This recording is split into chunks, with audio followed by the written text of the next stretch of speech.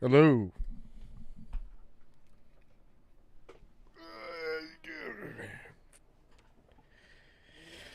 Woo! Well, I'd like to apologize to everybody. I did fall off the wagon today. Hey, Darren, I'm confessing. I had a fruit punch hard seltzer and watched a titty movie, so I'm sorry, guys. But one of those things. Red saying, I just watched Planet of the Apes. The ending and movie don't make sense. Damn, son.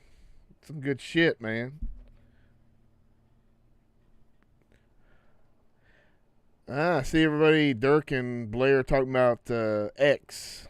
And I did see it in a movie theater today, earlier. So, my brief thoughts. I mean, yeah, Dirk, I would agree with that assessment, like 7 out of 10. Definitely the best movie that Ty West has made. I mean, obviously, he definitely had a budget. I mean, this kind of movie, I'm not sure if you needed a big budget, but a lot of the music and stuff. All right, Category 3 and me.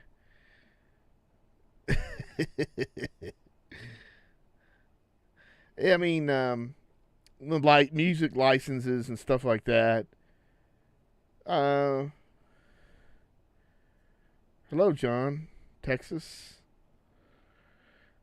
Yeah, I mean, I just thought it was a pleasant surprise. I mean, I'm not gonna say here I'm a big fan of Ty West's movies. I mean, some of them, god damn these glasses, I can't tell. My head's crooked or the glasses.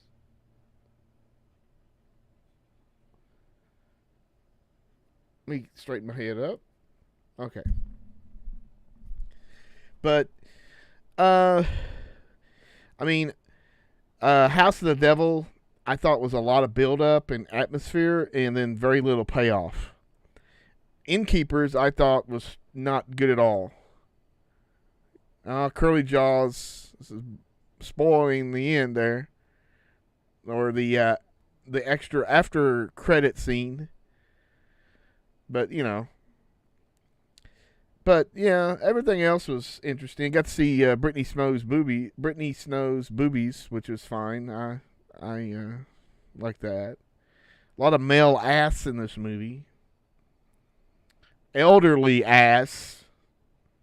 So be prepared. There was actually a scene where the old man was squeezing the old woman's very long, dripping boobs. Yeah, Kentucky guy. I agree with that. I mean, that wouldn't have mattered. Yes, Blair, I drank a hard seltzer. That's all I drink anymore. And I don't drink that often. I just thought, what the fuck? Uh, I watched, Dana will come up later. I'm sure from what my impressions are, she liked it. Discussing it a little bit. And yeah, I mean, it's just a decent horror movie. Kind of, obviously brings back images of, themes, scenery of Texas Chainsaw without being a Texas Chainsaw movie. It was a very. I'll be interested to see the transfer of this on Blu-ray or 4K because it just seemed a little grainy, and maybe I'm sure that was on purpose. Yeah, Dirk, I agree. I think at Ty West, I mean, I don't know what he's been up to, but he definitely this kind of proves. I mean, I think he co-wrote it as well, that he can make a good movie. When he has the resources, maybe I don't know. We'll see. Or I don't know what the deal was. I mean, obviously, when you're making low budget movies, you ain't gonna have a lot of stake. You're just gonna have a lot of lettuce and bun, and then or whatever the fuck, you know. Yeah, Lake Placid. Yeah. That was funny. Can you show your channel? Sure, let me go find a link for it. Let me see if I can do that. Let's see.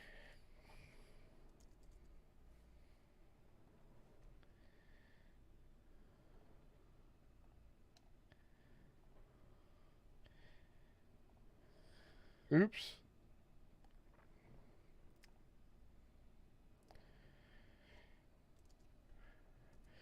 There you go. I don't really update it a lot. But cuz I do all the shit for this. I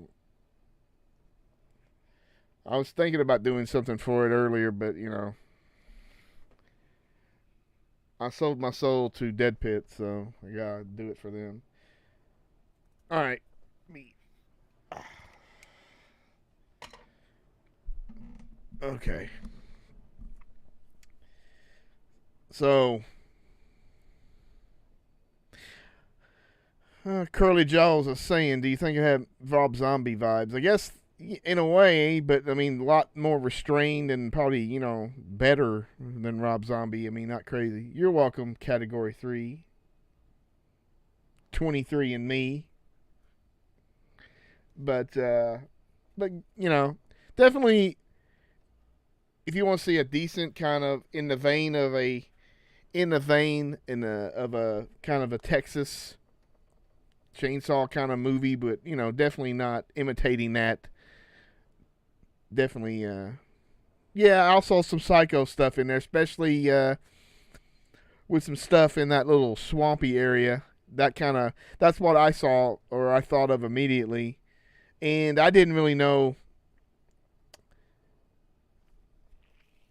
what this elderly couple was going on to. I just thought maybe it was just the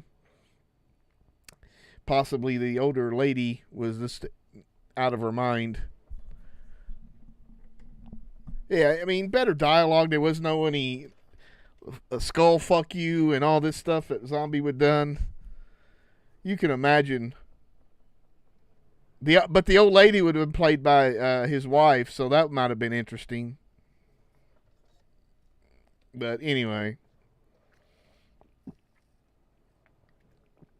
Ugh. So, I don't. I'm on. He maybe could do a Friday 13th movie. Eating Alive vibes?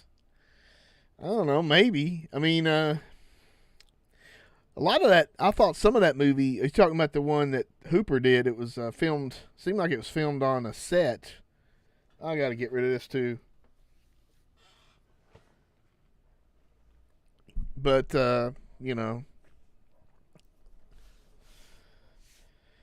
pretty much good for 79. When I was 9 years old, it definitely seemed like that they nailed the look of everything.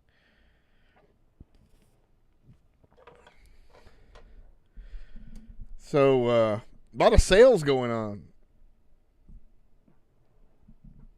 A lot of people staying up on a late Thursday night. Yeah, it was definitely had a lot of stuff from other, nods, as you say. And just a very streamlined movie. I don't, I'm not going to. I see somebody said something about a franchise, and I was like, what? But, we'll have to wait and see what happens with this after credit scene that maybe sets up something. But anyway.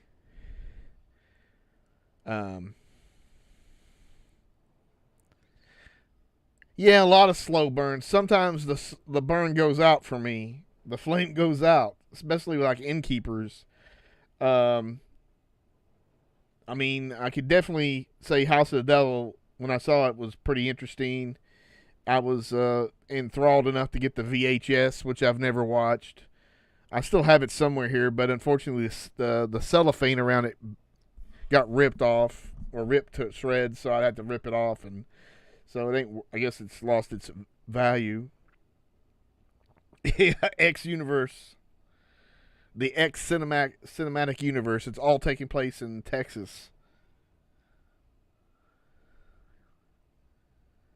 Yeah, I mean, if they want to do something like that, I mean, obviously, the thing. I mean, I don't want to give too much away. I mean, because I don't want to spoil people's, but you know. Oh, Phantasmat.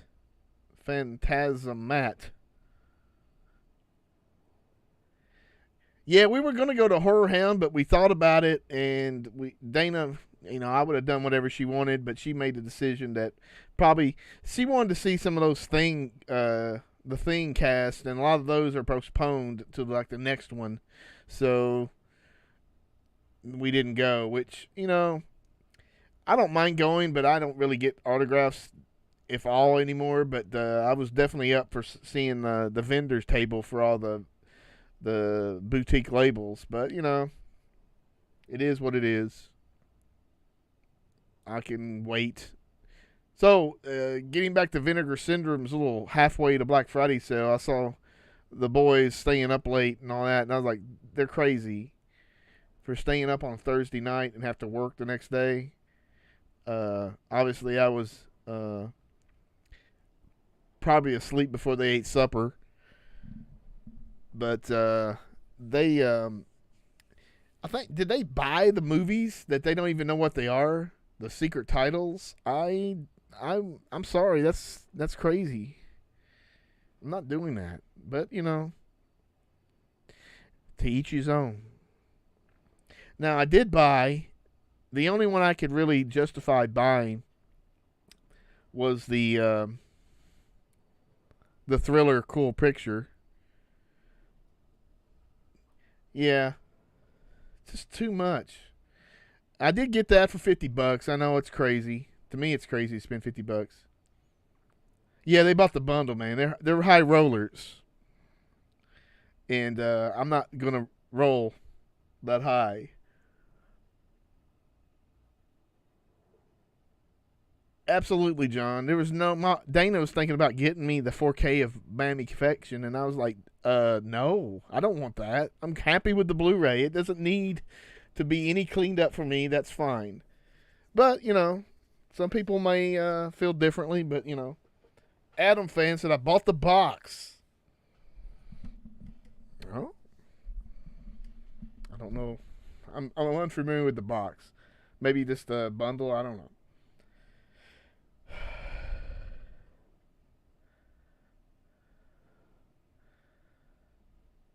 Oh, you're welcome, Blair. It's kind of Dana goes, we need to stay. And I was like, okay. It was just us and two other people in the theater, which is nice. And it was the nice theater with the fucking reclining seats and shit. We had to drive halfway across town because the nearest theater wasn't showing it till late in the evening. And I was like, nah, I'm going to do this shit in the afternoon. So we went there to the mall and watched it. And happy I did, because it was actually a little cheaper. I mean, they you know, but anyway, we'll go into that. No need to go into that. But yeah, the Vinegar Syndrome stuff is, I mean, I like everything.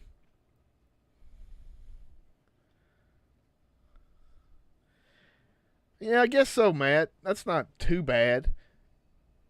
And then, I mean, also, there is a good chance that if there's any of those titles you do not want, you can resell them for at least what you got or a little more at some point. Yeah, that would be insane if they A24 made that, Robert. Made a sleepaway camp movie. That would be funny. I mean, that definitely oh shit, there's Dana. Yeah, look, the hair's straight.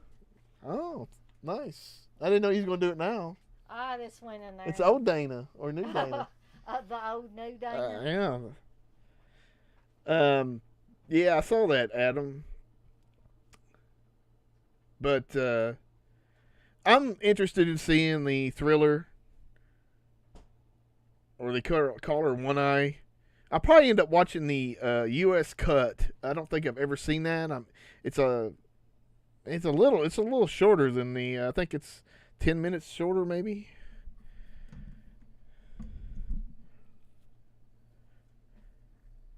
Well, that's interesting. Category 3. Not really, because I'm too lazy on Sunday to go. But I've heard that's true. That you could probably get some deals going. No, I don't usually go on Sundays because I am laid out most Sundays.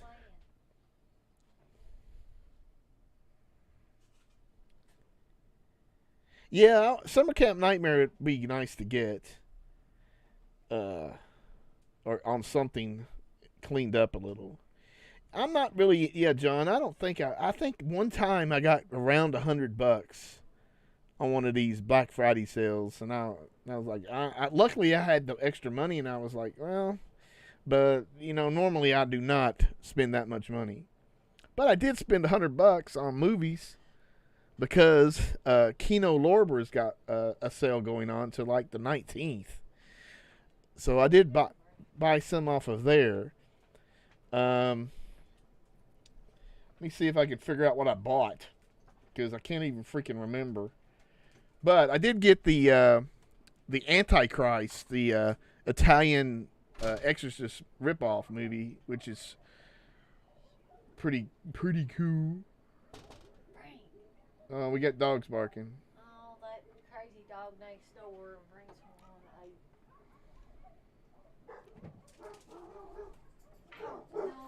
on. We got dogs. Get back. Oh, God.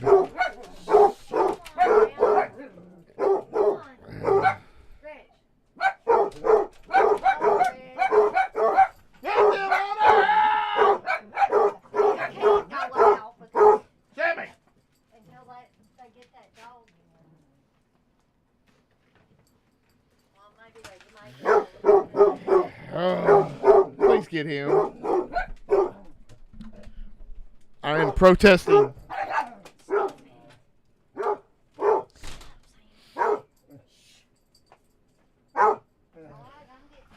Getting water.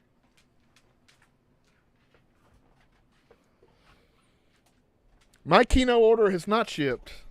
That's for sure. Can we close that door a little bit, Danny? Yes, we can. Are you going to go out there, Sammy, or no? That's cool, Adam. Talking to Amanda Weiss. All right, come on. So we close the door. Yeah. Almost got bit in the back of the head by one of our basset hounds. I guess he thinks I was doing something to him. I was just hugging on him a little bit. You have to be careful with him. He's old and he doesn't know what's going on half the time, but luckily no damage. Yeah, release the hounds. Ugh, it's like that every morning. They go ape shit. But luckily I get up now and earlier before them. I grabbed about 5 titles and I can't find out what I ordered, so surprise me. I did order the Antichrist and Hard Target, the 4K. And a few others. I don't even know now. Ah. Well, I mean, on the torrent sites, I think they did release the commentary they independently made as an MP3 for free somewhere, and I got it. But they also, somebody put it in with the video file somewhere, but I don't know. Oh, nice, Darren. I also hear there's another sale like at Warner Archive, but I mean, I think one sale or two is about all I'm going to get at the moment. So I did purchase a couple things just from Amazon. I got this. I've been wanting this for a while. I have the DVD of the Legend of the Seven Golden Vampires. It's the Hammer Shaw Brothers collaboration. It's a fun movie. And boom, Paul Naschy Collection 2. This one seemed to have the better selection of movies.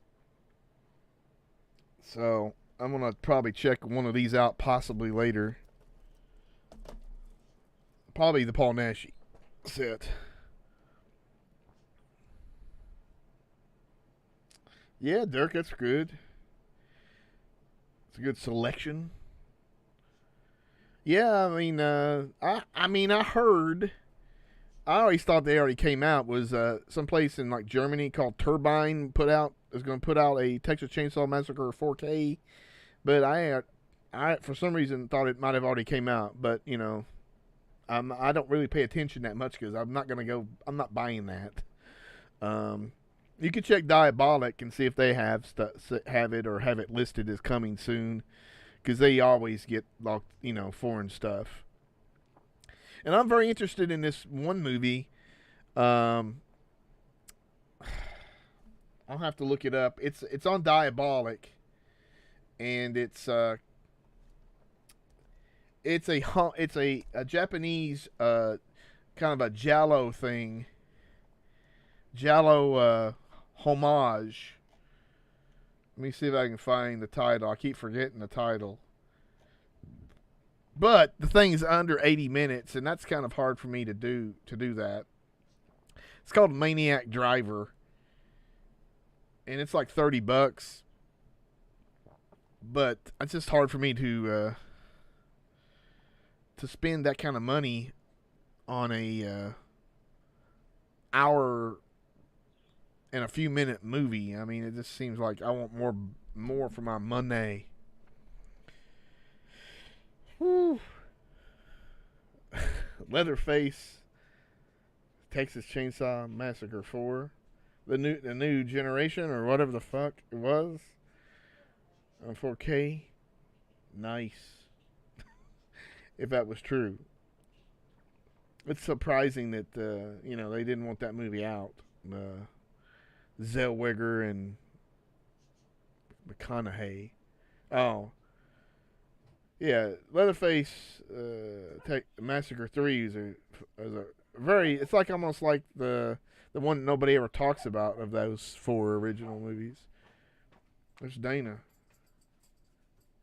In her pants. In her floppy pants.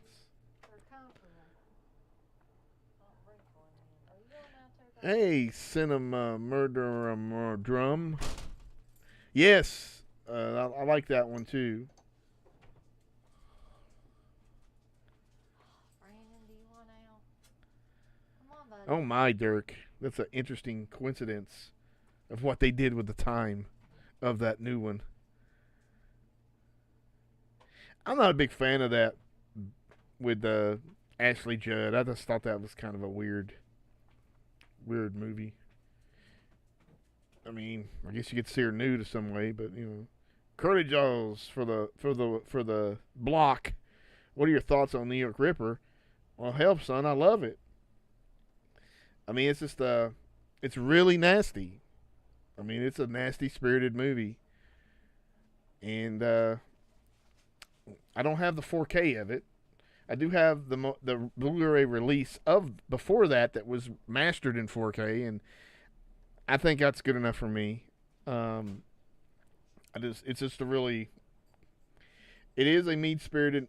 I would say, whatever that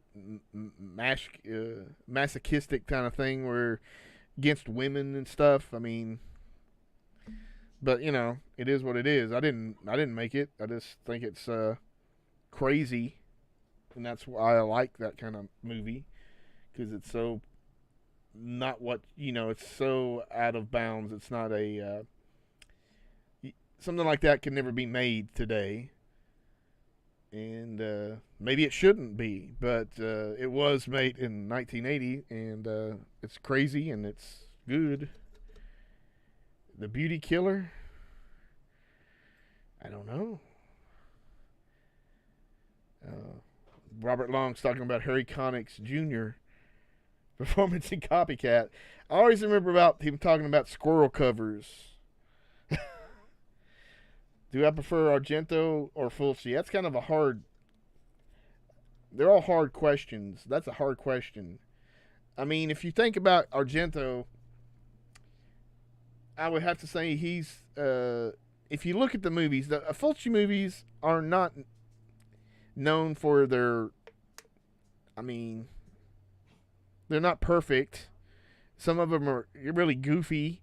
Some of them have really weird plot holes. And as they went along, obviously they got worse. Argento the same, but all the Argento stuff pre, I don't know, 90s and stuff like that were really good, looked great. So I have to say Argento, but he's kind of fell into a slump when but hopefully this next film will be good. New York. Well, Curly Jaws. There was a cartoon, or not cartoon, a comic that had the New York Ripper on it, and he wore like a duck mask, and he was versus the Maniac with Joe Spinell. It was an interesting. I don't know if I have that one. I might, but it was a very. Ebon Press put it out, I think, but they had a couple of different ones. Like they had a Beyond comic and zombie comic. Yeah, Murder Rock. I got something. I forgot what I got. Yeah, the thing about the card player is that it lacks all his influences, all his little a director's hand, as I call it. You can see the director's hand in Suspiria and Inferno and Deep Red. And the same thing about, if you think about it, in my mind, is Carpenter's last movie, The Ward. It doesn't have any of the feel of his previous films, music-wise, visually-wise. It just seems like a direct kind of just movie. Nothing special. Nothing. So it's almost like a plain hamburger without all the Carpenter toppings. And so is the card player. Oh yeah, you'll love Murder Rock.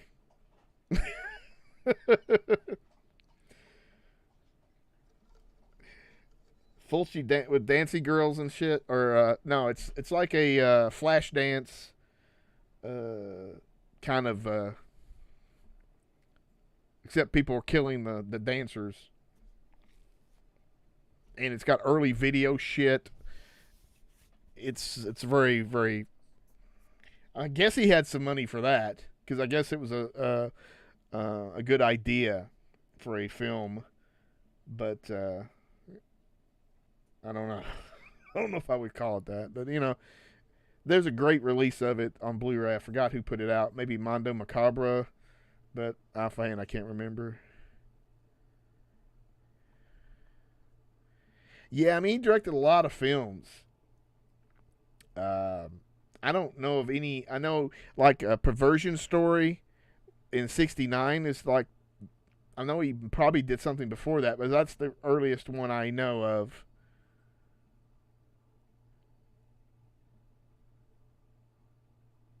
Well, I mean. I don't know which one you're talking about, Dirk, but I mean, obviously, if we're talking about Carpenter and Argento and making their episodes of Masters of Horror, the first season, those two episodes they did were decent. Cigarette Burns, that Carpenter did, I really, really liked that one. I like the atmosphere. I'm not a big fan of Norman Reedus, but I liked it a lot. The same with Jennifer. I mean, obviously, I don't like it as much as Cigarette Burns, but it was okay, and it was something new. The second season, you got like whatever the hell that Carpenter did. I can't even remember. I think it was called. It's something like some anti-abortion thing. No, pro-abortion. I think it's called pro-life. I can't remember what it was, but it was horrible. And then the Meatloaf one with Argento was Pelts was interesting. I mean, I wouldn't say I hated it, but it was crazy. There's like, I think he made a vest out of he cut his skin off and made a vest out of it, or for somebody, I don't even know. Yeah, Dracula 3D is. There's no way. Yeah, pro-life. I mean, I remember watching them all, and I think they're all on Tubi or something. And but no. Yeah, John, I did get the Blu-ray of Phantom of the Opera.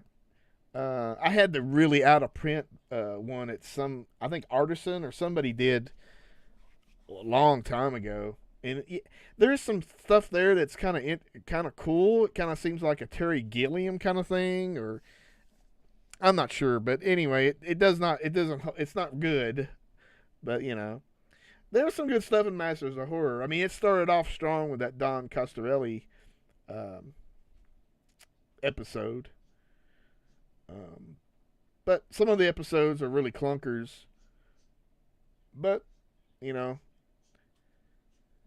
it was cool. But then when it changed over to Fear Itself on NBC, that was dog shit. I mean, I don't even know if there's anything there. I think the first episode I watched was kind of interesting, but everything else was just horrible. I just, like, you can't do that shit on TV. Hello. Online strips without clothing? Hell yes. Keep going.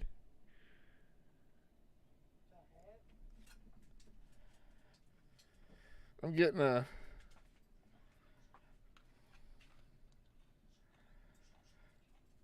Can you make that go away? I put him in timeout, whatever the fuck that was. Yeah, I like Jennifer. I was timed out for 300 seconds there. Naked HD. XYZ. Dario Argento's Psychic. I mean, are you referring to Fulci's Psychic? I can say that's definitely good. And that's in the Kino Lorber cell if you're interested. I know it. It's too busy. They're not showing pictures. They're just fucking announcing online strips without clothing. How do you strip without clothing? I don't know what you take off. It's a bot. Do you take off your skin, make a vest out of it like Meatloaf? They're called bots. I'm aware of what it is, honey dog. Honey dog. Yeah, I just made that up.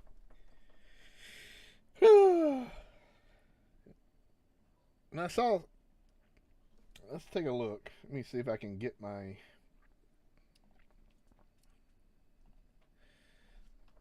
Kino. Yeet.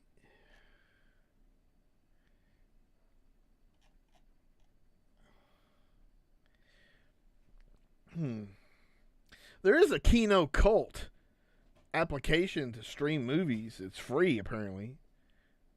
But I've never looked into it.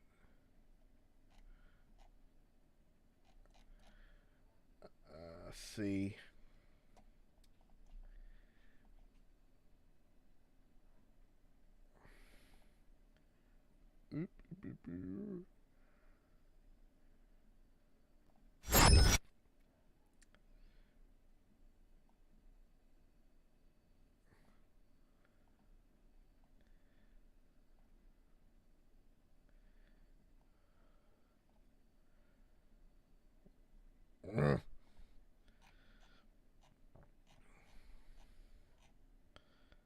You can get a Tremors steelbook for people who love Tremors. Whoa. So apparently, I guess Arrow's putting out Delirium in a... Wow, this is some good shit. If you're... Camcorder footage? An interview with Fulci? A feature-length 2021 from 93? Wow. That's some good shit. This is first I've heard of that.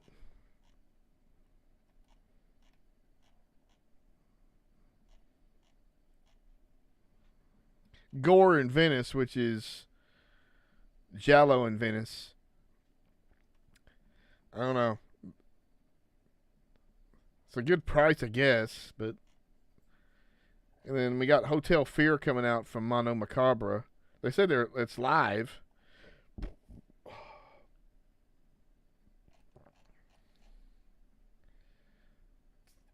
I think I'll wait. I'm not paying $28 for it.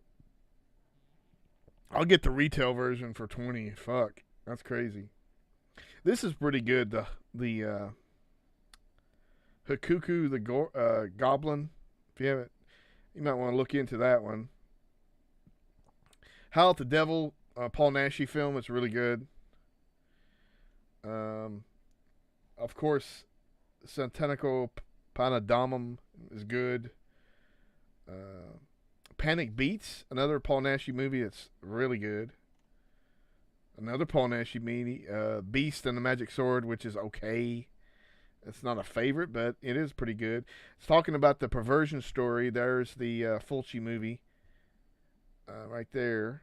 Devil's Nightmare. I was one here. Also, you got to get the Manuel in America. One that's always baffled me that hasn't been on Blu-ray and it's still available is Carta. Very, very underrated horror film. I got it for like $10 or $15 years ago. 75. But I mean, from 1975. Definitely a really interesting film. It's in English. Of course, Lady Terminator is a bomb.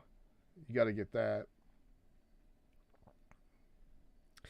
Yeah, Burial Ground feels like that. Yeah. Oh, well, Darren, I'll be honest with you. I'm not sure if you're missing anything by not seeing Demonia, but the extras on that was kind of interesting. Okay, Red's asking a point blank question. There you go. Cinema Murdrum video. Carta is awesome. But Red's asking, how often do you buy movies? I probably buy a few a month. Maybe I don't know. It's hard to say. This depends. Obviously, if there's a sale going on, I'll end up buying 5. Like for Kino Lorbre. How many do I have? That's a hard question. I probably have DVDs. I still probably have like a couple hundred or more. Blu-rays probably have a couple hundred, maybe more. 4Ks I probably don't have more than 40 or maybe 50, maybe. No, I'd say around 40 or a little under. Yeah, Mondo Macabre was the bomb early 2000s, 2005 or something. They just really just awesome stuff that came out.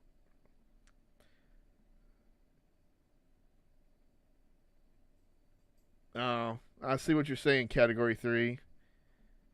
Yeah, that sucks. No a la carte for us. But the DVD doesn't look too shabby. So definitely would suggest, you can get that. Let's take a look. I gotta find the damn link here.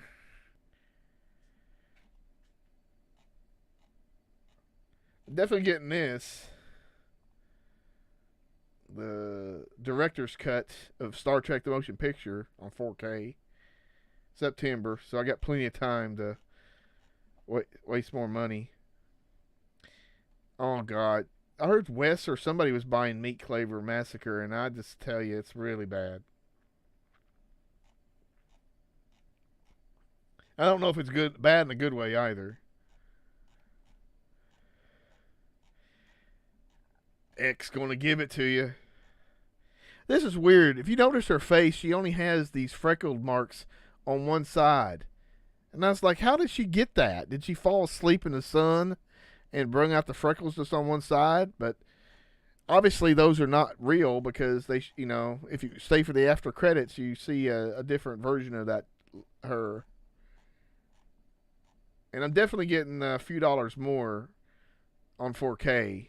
That's my favorite of the 3.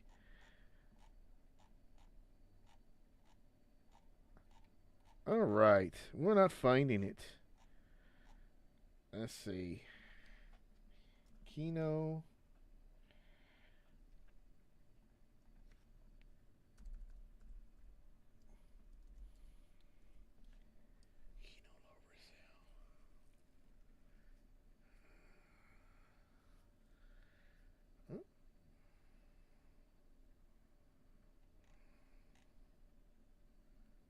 There you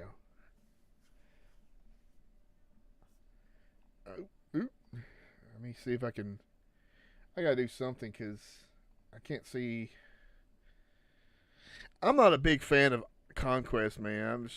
It just seems like it's a mud movie, as I call it. It's a mud people movie. But hey, yes, John, I am running out of movies. Running out of space for movies. We have tons in the garage. We usually took them to a place called Book and Movie Exchange and you can either sell them for hardly nothing or trade them in for store credit and get stuff, get other Blu-rays, other music, whatever. But right now it's like too much to go. I did make those back there. I saw some videos online about it. And it cost around $40 to house all that back there. I stained them, which I probably should have painted them black, but I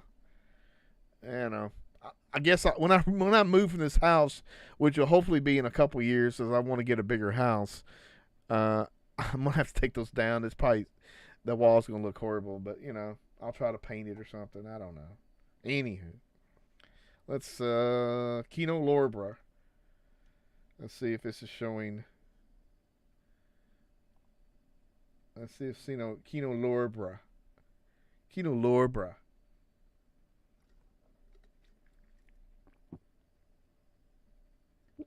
There we go. Let's go back to Kino Lorber. Well, this isn't good. Ah, fuck, I thought this was the sale.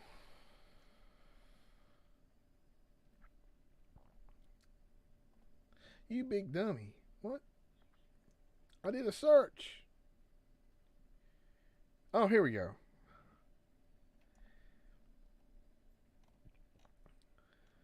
So I got the Antichrist.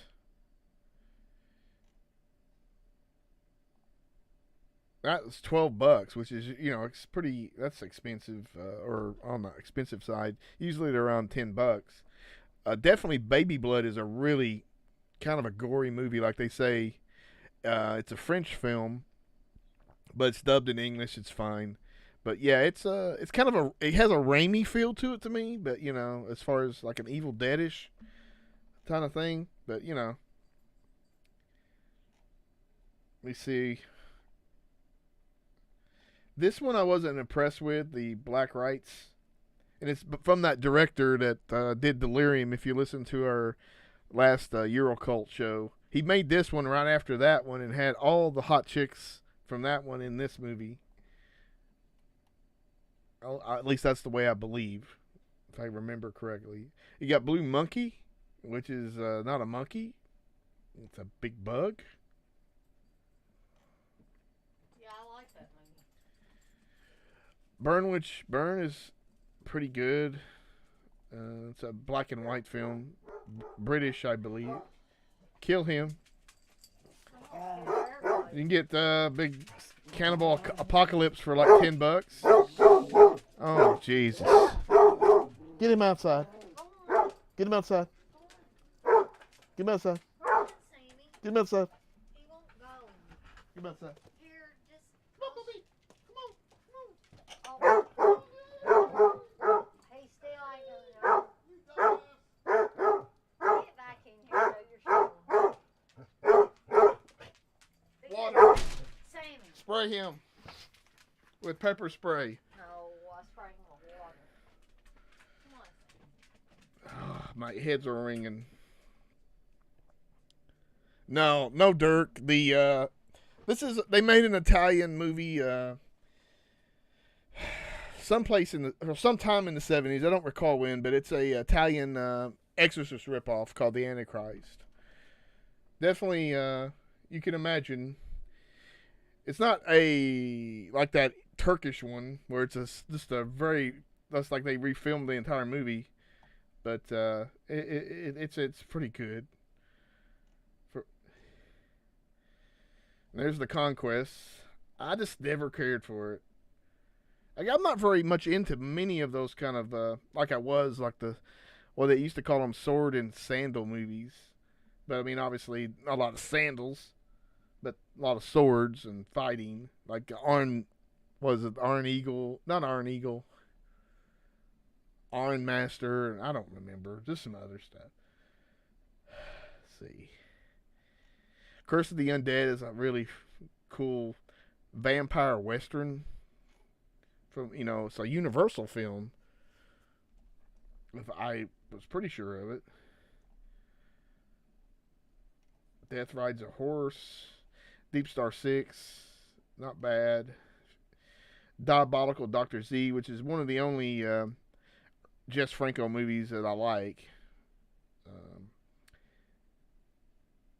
Devil's Wedding Night with Rosaba Neri, which is it's pretty good. I'm always never buy it. I'm holding out. Devil's Kiss is also good. It used to be on Netflix for a long time. It's got kind of a wild story.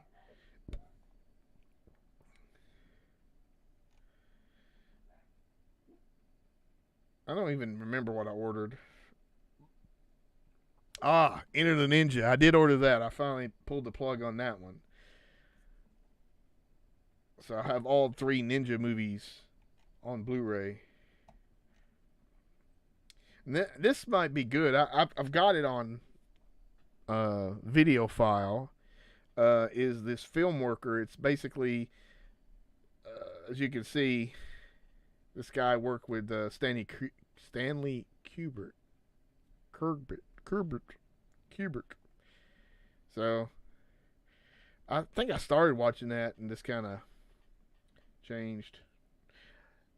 This one is something he filmed. Sergio Leone filmed after he did the 3 Man with No Name movies, and I never really got into this one as much as others, but maybe one of these days I'll buy it. And there's that ghost of Sarah de Corby. Definitely a lot better than it's a weird movie because it doesn't seem. It seems ahead of its time in some ways, at least the way the storytelling is, and the story itself and everything. It's a really decent movie. Let me go get the dumb dogs. Let's see here.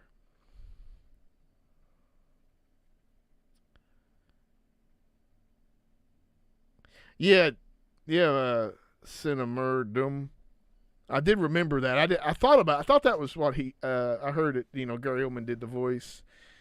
Deathstalker and Conan and all the ripoffs.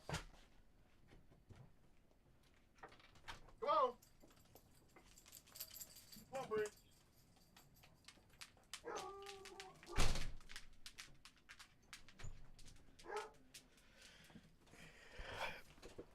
And Deathstalker. I got the Deathstalker set that Shout Factory they put out. The Great Escape, which is awesome. And there's the old Blu-ray of Good, Bad, and the Ugly. I know a lot of people bought Hannibal on 4K, but I mean, it was all right. Hard Target for $16. I'm hoping it looks pretty good.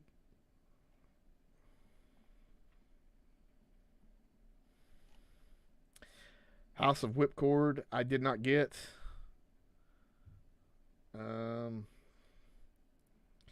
I think I need to watch that one of these days. I bought a vampire. I'd like to watch this again. I the Jury. It's a Mike Hammer movie from the 80s. I think I got the Body and the Whip. I think I don't have to double check. Then you got Jungle Holocaust.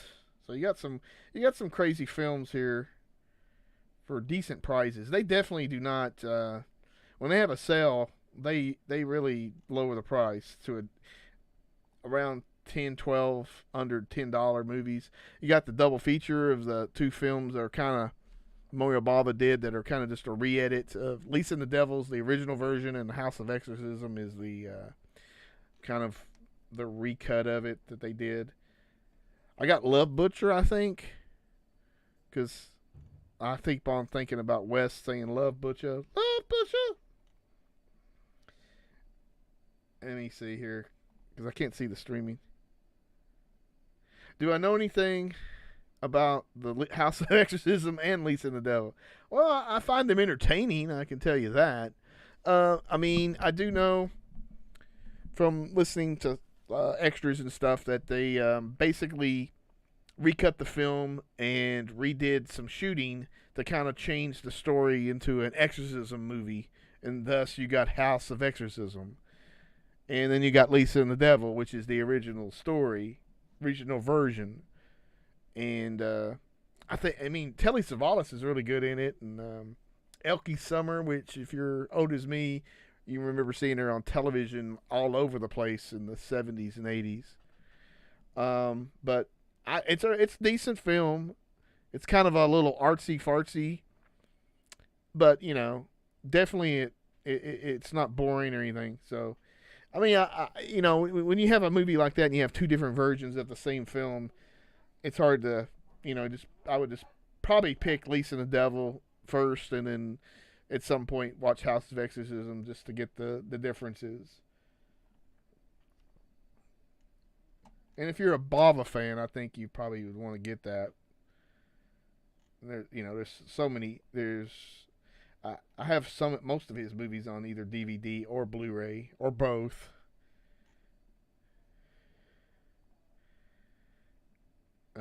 Murphy's Law. No, I read somebody got that, which is fine. I mean, it's not bad.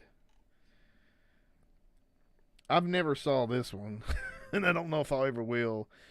I'm not a big, like I say, Jess Franco. Some of his movies are okay, and then some of them are completely ridiculous. You got both of the Night Stalker TV films for $10 each. Definitely a steal. I remember getting, I think I got the second one that way.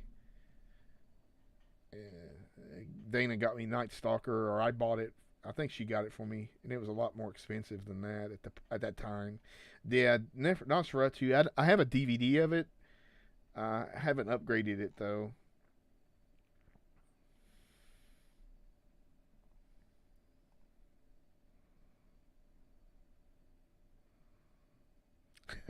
Hey, Apollo.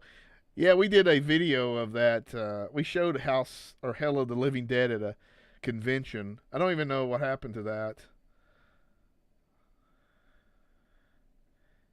But yeah, it's a nutsy movie.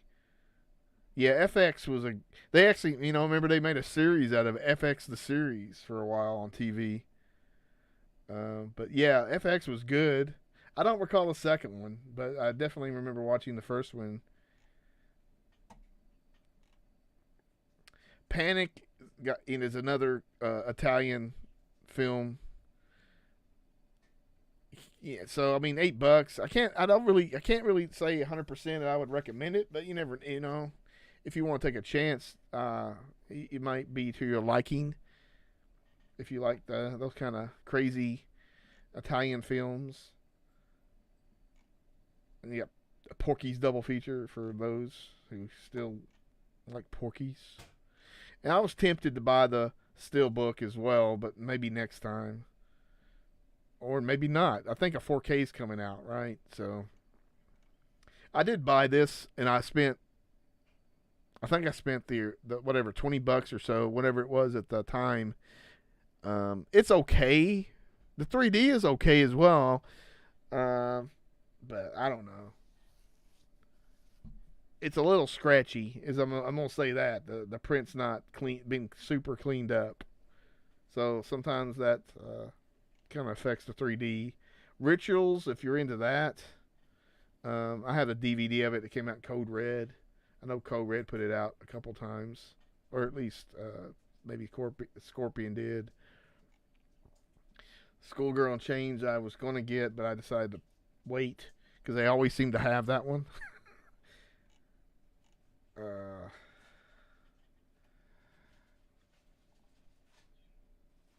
An old version of Sleepless, which, if you don't want to spend the big bucks, there's probably a decent version of it. So Sweet, So Dead is a really good one. Unfaithful Wives. Yeah, this is also called like the Sex Maniac Killer or something. I can't remember what it was called, but See, don't. Or Mary just remembers it's got titties in it. it's got some. This is a weird. I don't even know. Brandon, please don't leave praise. No, that's something I've never seen. I thought it was something else.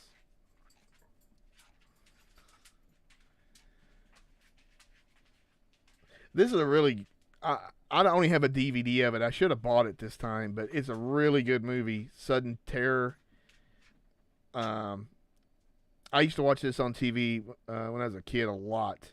And it's really cool. It's like it's almost like a Hitchcock film in a way. What's her name's in it? Damn it. Let's find out. Susan George. Mark Lester, the little kid who, if you grew up in my age, I think he was Oliver Twist or something. But that, you know, he's kind of an annoying kid. I wouldn't want to. If you hadn't seen Theater of Blood, it was Vincent Price's, I think, one of his favorite roles, because he got to do a bunch of Shakespearean stuff. But definitely a really fun movie. Diana Rigg is in it as well. I haven't seen that one in a long time. You got Trilogy of Terror for $10.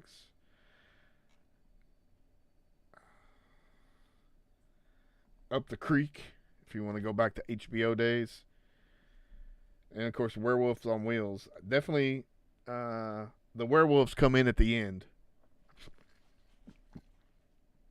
And you might be surprised to know that werewolves are not very good motorcycle drivers.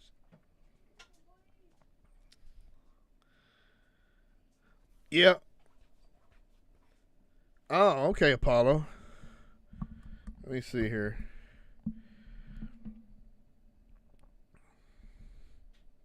Yeah, Meatballs 3. I remember that one. I think it was that lady that just died, Sally Kellerman, was like a ghost trying to get that kid laid or something.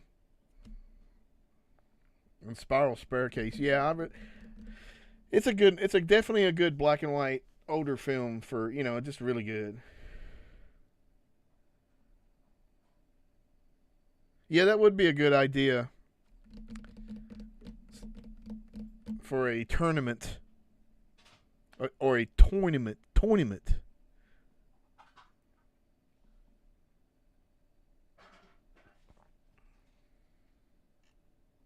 Wanted Dead or Alive is really good. Well, let's say okay, it's good, not really good.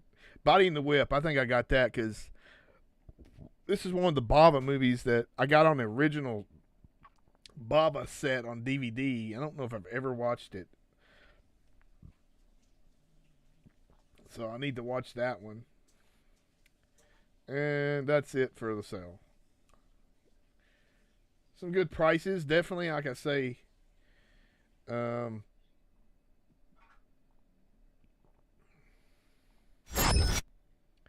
you're looking for decent price.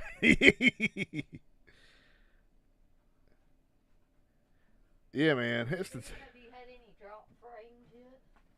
No, honey. Okay. All right, we're on AT&T fiber because Dana had to have it, and we're testing it out before I drop Spectrum. And I told her the reason I think we had brought frames, or I had so much problems, was because I had the PS5 on it. Maybe a downloading update or something. No, I'm not doing that. I'm not having a PS5 on at the same time. And this video doesn't look that good anyway. It's not like this is 4K or something. It just doesn't look that good. And I don't, I forgot how much I gave for this camera. It's like $60. But it doesn't look that good. But. Yeah. And newsflash, I don't think it looked that much better than the old camera. So. Well, that's you. Robert Sodom Dumac. Sodom Dumac.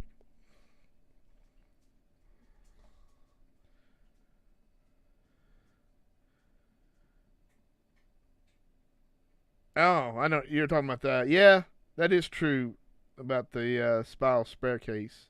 They did remake it in early or like the 70s with like Jackie Bissett. But, you know, obviously the original has got a lot more character to it with the black and white. And it is really good. I can't deny that. Check it out. Check it out, everyone. Also, before I turn it over to Dana, I was just going to say happy birthday to DEADPIT on Patreon. Tiers start at $1. You do get the Eurocult show in that dollar tier because that's probably all it's worth. But body double, yeah. Oh, hey Ken.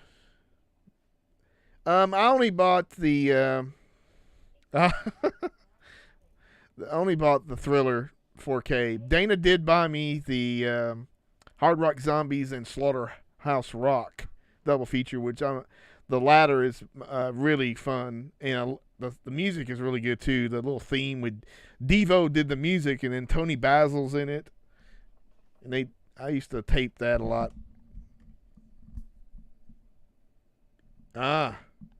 Just before dawn. I still got the DVD of it. Dana might have got the Blu-ray of it, but I'm not. It's all right. Ooh, yes, sir. Ride the Horror Guy. Did you ever watch the horror series Dark Room? I can't find it anywhere. I do think that came out in Australia for some reason. But it used to be on torrents. And of course, also used to be how they got it on torrents is they taped it off the Sci-Fi Channel back when it first started. So I love that show. When it came out when I was about 11, so I remember watching it a lot and really loved it when I got to see most of it again. I mean, obviously it's not great stuff, but some of it's not good. Zone Troopers, sir? No, X-Ray. I don't recall seeing that. Maybe. Yeah, Matt. The Night Stalker is like really cool, even though they kind of remade it in the series. But Kill Baby Kill is a kind of a ghost story that Baba did. It's one that I'm not really in love with, but Hey, that's good, Dirk.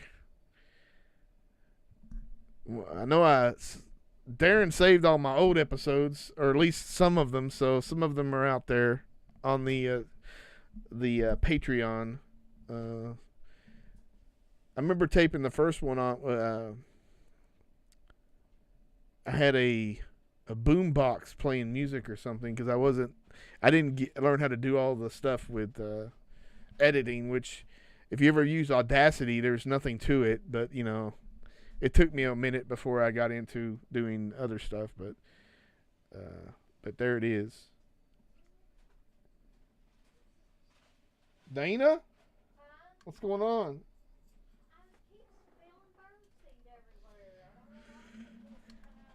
Dana's spilling birdseed everywhere, and she doesn't understand why. It's making her mad, mad. It's the 74th time that she had to. I'm surprised that they didn't. That Severin hasn't done anything recently as far as any sales.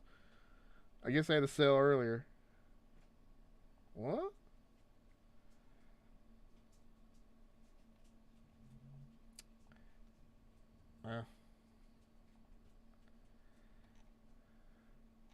I still haven't used my $28 or my $20 gift card. I'm gonna see if it'll actually work. I'm gonna try to probably get House on the Edge of the Park. Oops.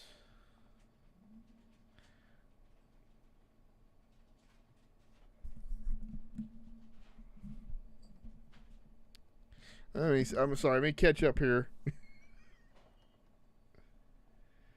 John saying when DEADPIT went radio silent a few years ago, y'all dropped doing two again. You started doing. Do you ever think you'd ever come back? I remember checking outside. Well, I don't know. I mean, we're doing that. You're called every other week, and I'm doing this almost usually on Saturdays. I just don't know if I have enough time to or energy. I think energy is more the thing. Since I changed jobs at work, I'm getting up earlier, and I'm actually having to work instead of sit at a desk and watch a lot of YouTube. And I did work, but I didn't really have to do. Now I'm actually having to walk. I mean, I'm getting like close to 10,000 steps in a day at work. Apollo is asking, would you say that plot and consistency are the least important aspects of Italian movies? The dubbing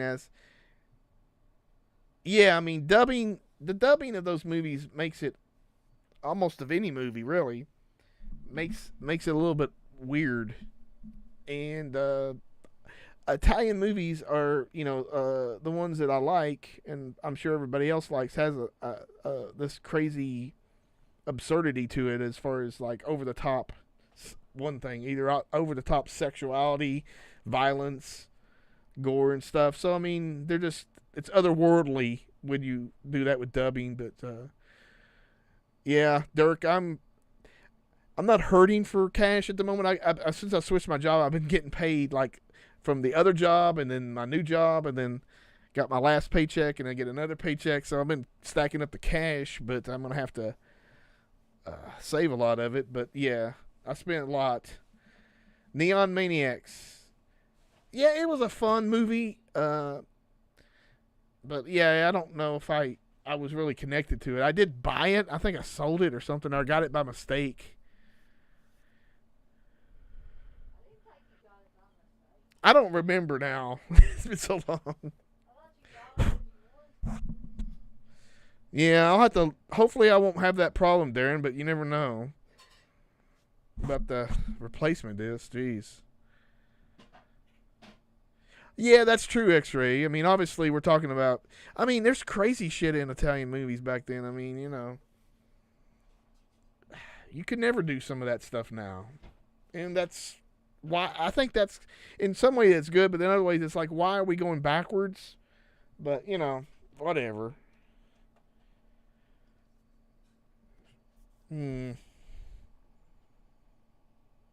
Not on.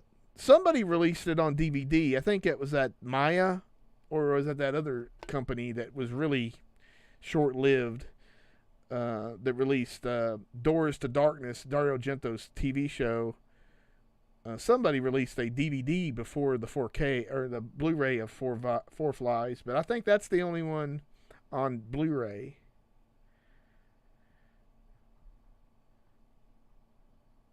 Yeah, and then also I never had good enough computers to do this. Early on, I had a laptop that had a video card in it, and it was not a good option. One time it just would not do anything. So I did blow a lot of money, tax return money, on a $1,000 computer, which in today's standards is still not. I couldn't play top games on it, but at least it has enough for streaming. I mean, yeah, you just definitely can't buy everything, and I don't want everything now. There's certain movies that I just don't give a shit about buying them again, and I'm not going to. But then there's some kind of regret there about not getting them. But as you get older, that regret goes away a lot. When you have to blow money on like tires and brakes and stuff on your car. Dana Lynn, yes. Are you ready? Well, can you keep them entertained for a couple more minutes? I'm trying to get the birds. Well, X-Ray, I think a question about the ogre. I've not watched it, but if I'm correct, it was Demons 3, the ogre. And we have a lot of demon stuff as far as the numbering. It gets convoluted.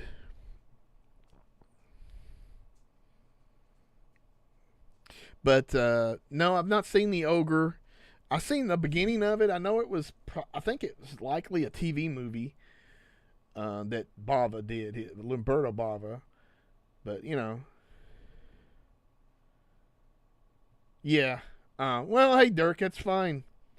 I mean, you might be better off. I mean, obviously it's a little cheap, definitely a lot cheaper, and who knows? The picture probably will be about the same, even on 4K. To the Blu-ray. I don't know. I just went ahead and got it. What the fuck? This is one of those movies. What am I watching tonight?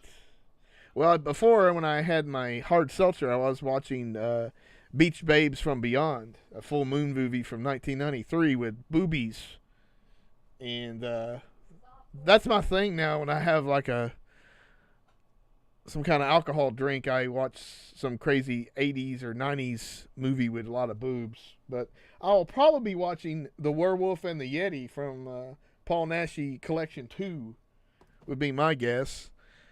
I got 3 movies in yesterday as far as watching them. One was that I just picked. It's called The American Scream. And it was kind of like I guess it's supposed to be a comedy horror movie or something.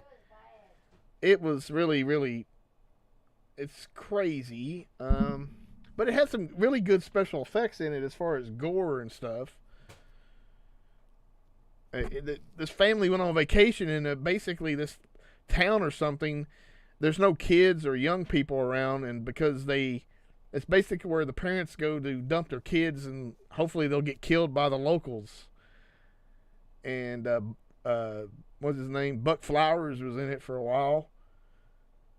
And I mean, it was a decent watch. I think it came out on Blu-ray recently. I don't know who put it out.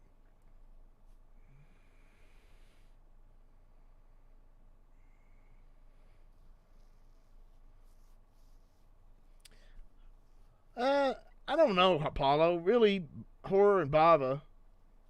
I mean, horror and Bava. Like, Argento stuff. I'm always going to probably get. But, yeah, definitely the Jackie Chan stuff is cool. I definitely have a lot of the Blu-rays of Jackie Chan stuff. I'm a big fan of Super Cop and all those police story movies. Yeah, he was X-Ray. Well, thank you, Rye, the horror guy. He says you and Dana are good people. You don't know us, fortunately. Dana has stories she can tell about me. But she's got an NDA in effect, so she can't tell them or she'll get sued. But An NDA.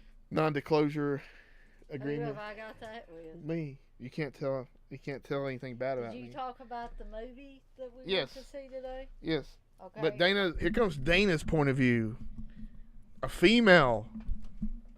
Dana's made up to look like the main chick with the freckled eye. No. No. Show your belly, Dana. She is prettier Show than your belly. She is prettier than me. Show your and belly. younger than me. Well, that younger, yes. Go, Dana. He's scared to say she was prettier than me. I don't know, Dana. She was a weirdie. We don't have much light, which is probably a good thing. Let's see. Apologies say, Who Am I and First Strike have been released, but they are heavily edited version where the plot doesn't make any sense. Oh, okay. I'm assuming that's something Steve was talking about earlier. See, Ryan, I'm trying to remember if I've seen Beware Children at Play. It seems like I watched that with Steve, and I can't remember it really. But for those of you that were in the DEADPIT live stream where they were doing a live stream for the Flash pre-sale from Vinegar Syndrome, which really, in my opinion, there's no sale. But I think right before they got started with that stuff, Uncle Bill was talking about buying Meat Cleaver Massacre, and I was like, oh boy, you know, because I know this is the movie that I tried to watch one night. Steve had it on one of his hard drives, and I was just looking for something to watch, and he fell asleep, and I wasn't quite ready to go to sleep yet, so I thought, what the heck, I'll try this. If this is the same movie, which I'm pretty sure it is, it was so freaking boring. I don't remember anything happening in it. And this is from somebody that likes things like Microwave Massacre and stuff like that I find enjoyable. And I'm pretty sure the movie had Jack Taylor on it, but I could be wrong. But Steve says if it had Jack Taylor on it, it was probably Spanish, so I don't know. Hey, Texas. Apollos, you asked if I finished Midsummer. No, I have not yet, guys. We kind of sort of had a busy day today. We went to the movies and went to Walmart and stuff today. So I didn't really have time to sit down and finish that up. But I'm gonna try to knock out some time where I can. I feel my little girl. She jumped up back there. I'm trying to find me some time to finish up watching it. Yeah, I've been so busy with a lot of different things. I know I talked to y'all about the interview I had, and now, oh my goodness, Steve. Yeah. We got an accident here in the room. What happened? Where? He's peeing over there. Oh, shit. Sammy. Sorry, guys. The many pleasures of having Get out of here. 5 dogs. No! No, Sammy. A towel is going to have to be gotten, Steve. I know, baby. I'm trying to get him out. Well, he ain't going to go out. He's done made a mess for us. Sammy, don't lick it. Stay out of that. Guys, I am so sorry. Oh, now you walked in it. Stay right here, Sammy. Now I'm gonna, if Steve don't hurry up, I'm gonna have to pick up my, I'm gonna have to pick up my rug anyway because you peed on it. You peed all over the place. I know. Oh God, it's everywhere. It's on my rug and everything. I heard something. Let me pick this up before it runs on me. Why do y'all do this every time? I'm sorry, guys. I'm sorry. I'm just upset because he's been in and out several times today, and as far as I know, the poor dog doesn't have any problems where he should be peeing like that all over the floor, and I don't know why he did it. I really don't. But I've been, among the many other things we've been doing today, I've been washing and drying stuff all day long, and now it looks like I'm going to have to wash and dry my rug. Plus these towels. Thank you, Steve. I'll have to mop. Well, yeah, we'll have to mop, but I wanted to get that up before it's rolled in under something and something started stinking. For you guys that don't have dogs or don't have this many, you don't understand the joys. Hun, just throw those towels in the washer. Let's see. Sorry about that. That was a big, huge thing. I heard something that sounded like running water behind me, and I knew that something was going on. So, yeah, Dirk. Yeah, definitely. He is really pissed off that we're doing these streams. It's usually Brandon that has the problem, but this time Sammy. That dog's possessed by Pazuzu. He's possessed by something. I don't know what, but... He's possessed by Pizzu. Dirk says he's pissed off because we're streaming. I said, usually Brandon's the one that gets all upset, but this time it was Sammy. Um, I need to move the mic closer. Okay. I hate this one. Is that better, Texas? Dirk, you used to breed pits, so you know the pain. Well, actually, Reggie's pretty good about, doing only his bathroom duties only outside. But Sammy had a rough time before he was taken into foster care. So I try to be patient with him, but we've had him for several years now. You can see Steve does do some housework. He started his own string, yeah. Yeah. The pea string. The piss string.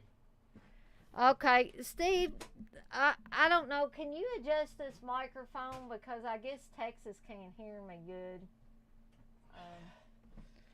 I moved to it, the side. He said you need to move the mic closer, so I did, and I asked him if it's better. He said somewhat it's better. There, talk right okay. into the side of it. Yeah, I know you gotta talk in the side of it, but now it's well, that's a good thing. It's in front of my face. So hopefully you guys can hear me better now. Steve has successfully mopped the floor and got up to pee before it ran in under something. What broke? Nothing broke. It sounded like something Nothing broke. broke. It just kind of fell. It just slipped down. It's fine. Go back and do it. Everything's fine. Guys, I'm sorry once again. I honestly thought something broke in there because it sounded like something broke. It sounded like something shattered in there. I'll probably find out later that something did break.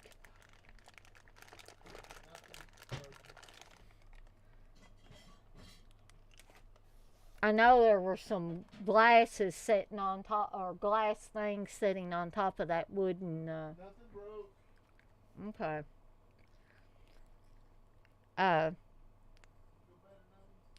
Pearl in the house, yeah. It's possible. Anything's possible around here. So,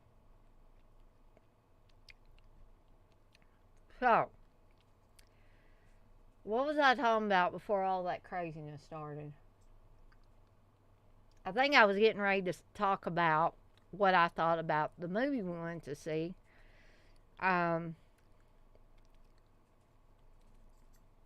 John, you say it took you 3 years to get your dog to go to the crate with a treat on command, and he's still an A.O. sometimes. Well, like I said, with Sammy, he had a really rough beginning to his life. And then he went into foster care.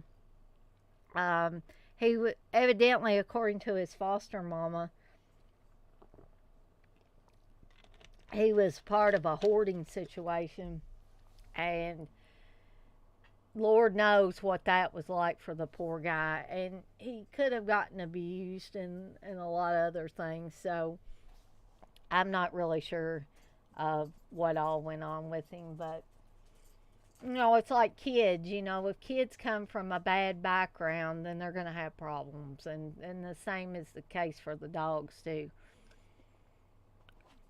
Yeah, Apollo. I've got Steve house trained a little bit. But men are men. You guys know that. They're in here. But anyway, now that the craziness, I hope, has died down, I'll talk about the movie X that Steve and I went to see. I know a lot of you have already seen it. I know Dirk has seen it. I know Texas has seen it. But I'm not going to give away a bunch of stuff because there may be some of you in here that haven't seen it. Dirk, you say you kennel trained your dogs when they were pups. See, that's a very good idea, and if you can raise them up from pups, But we've got all our dogs are rescues, and we rescued them all at different ages. Probably Reggie was the youngest, the pit bull boxer mix, and he, besides Brink, who is the Jack Russell Dachshund mix, he is probably the most well trained.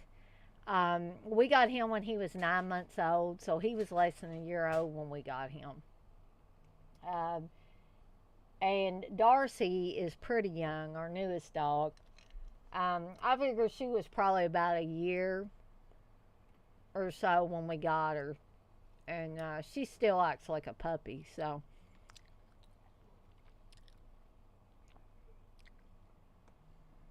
oh, you, John, you watched the screener online, so you're spoiled already. Okay. Well,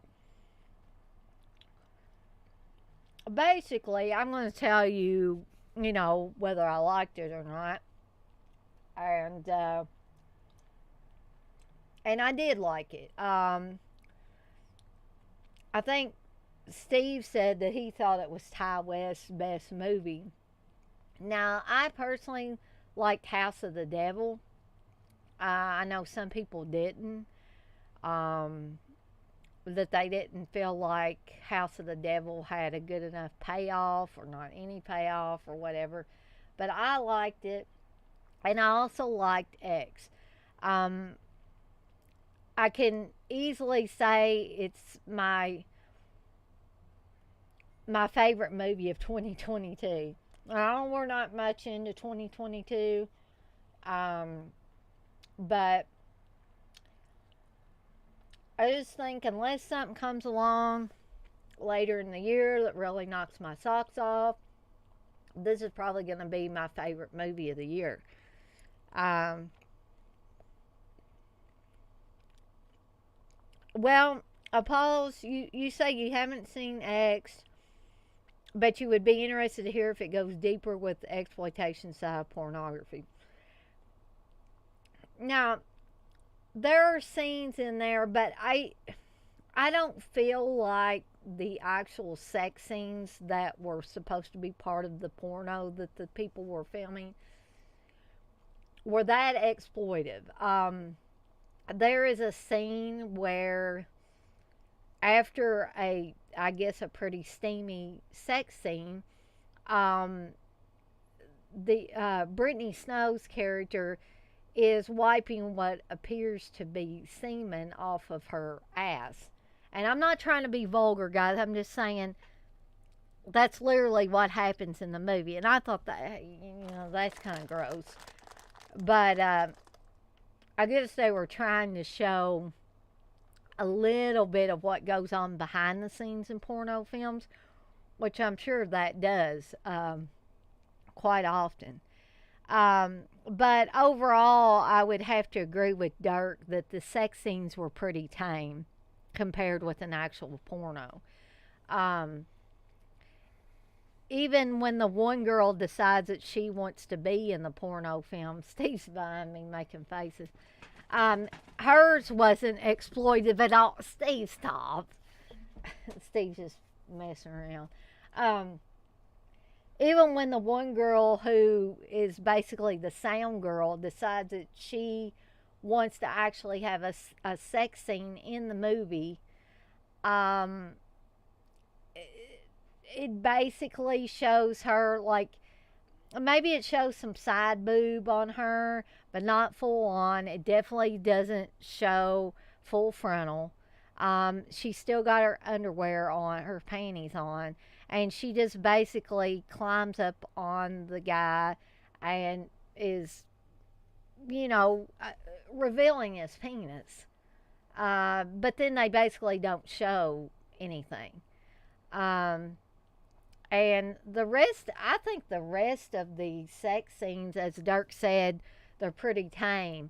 Um, they don't appear to be any worse than a hard R type stuff. So if you're sensitive to that kind of stuff, or you're thinking of taking a lady with you to this, I wouldn't worry too much about them being offended. I mean, I've seen a lot of stuff, but I certainly wasn't offended. And I didn't feel like they went too far into exploitive territory, pornography, any of that. It was just basic surface stuff. I mean, it wasn't. Yeah, I wouldn't say it goes deep into the exploitation side of pornography, Apollos. That's the short answer. Um, Dirk, you say you liked House of the Devil a slight bit better, but X was pretty original. Dirk, you say Jenna Ortega is climbing up to be a good actress. Yes, I would agree with that too, Dirk. John, you say I liked it. Honestly, I don't get the praise that it's getting, but I did think it was good. Um, I I honestly tried to stay away from any and all reviews, even if they were spoiler free, because I really wanted to go into it with a completely clear, completely open mind. I didn't want to be affected by what anyone said about the film. Now, if somebody just said it was good or even really good, I didn't take that as influencing me. I still was able to go into this with a completely open mind, and I feel like I based my opinions of the film purely on what I saw on the screen. Um, oh, good Lord, the naked HD's coming back. But thank you, Darren, for getting rid of that. um, let's see. Apology say, I thought there might be a comparison of the women being treated as meat and how they translate that to the dehumanization of the horror scene. Well, there's this one big discussion, and I don't think this is going to give anything away, where the girl that's the sound girl, right before she decides she wants to be in the movie, um, they call her Church Mouse because she's so quiet. Um, she keeps staring at the one girl, and the girl's like, basically, you got something you want to say to me? And she said, well, I just, she just asked them questions about it, about, why they did the things they did and stuff like that. And they basically told her how they felt about it. That, I mean, I'm not trying to be vulgar, but Brittany Snow's character basically says, I want to do what I want to do, and basically I want to fuck before I get too old to fuck. And that will definitely come into play later in the film. Um, Actually, a pretty big part, in my opinion, to the core of the film.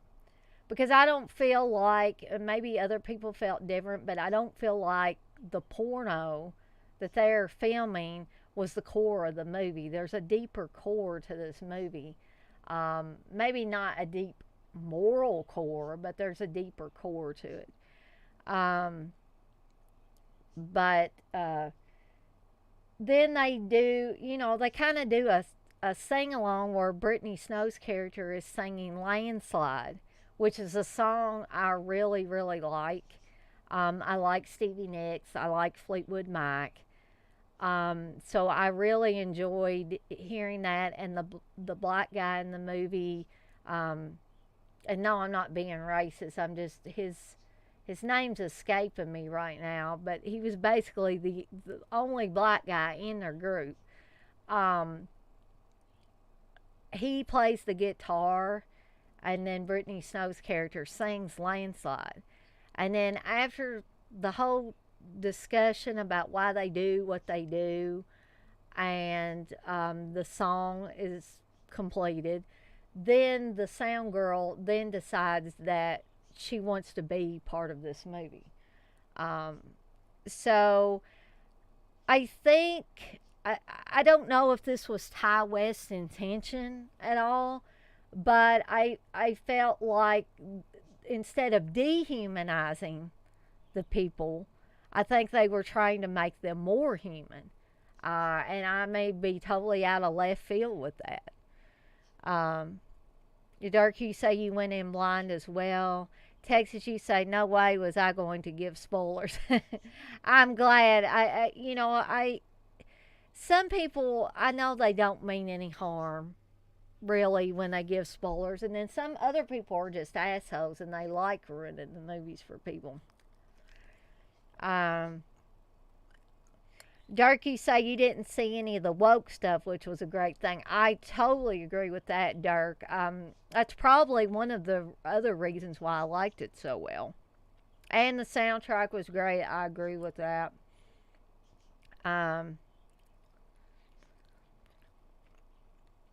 John, you say no spoilers intended, but that shotgun thing was hilarious. I figure you all know what I'm talking about. I definitely do, John. It was pretty hilarious. Dirk, you say his name was Jackson Hole. Okay. I'm gonna go there, but I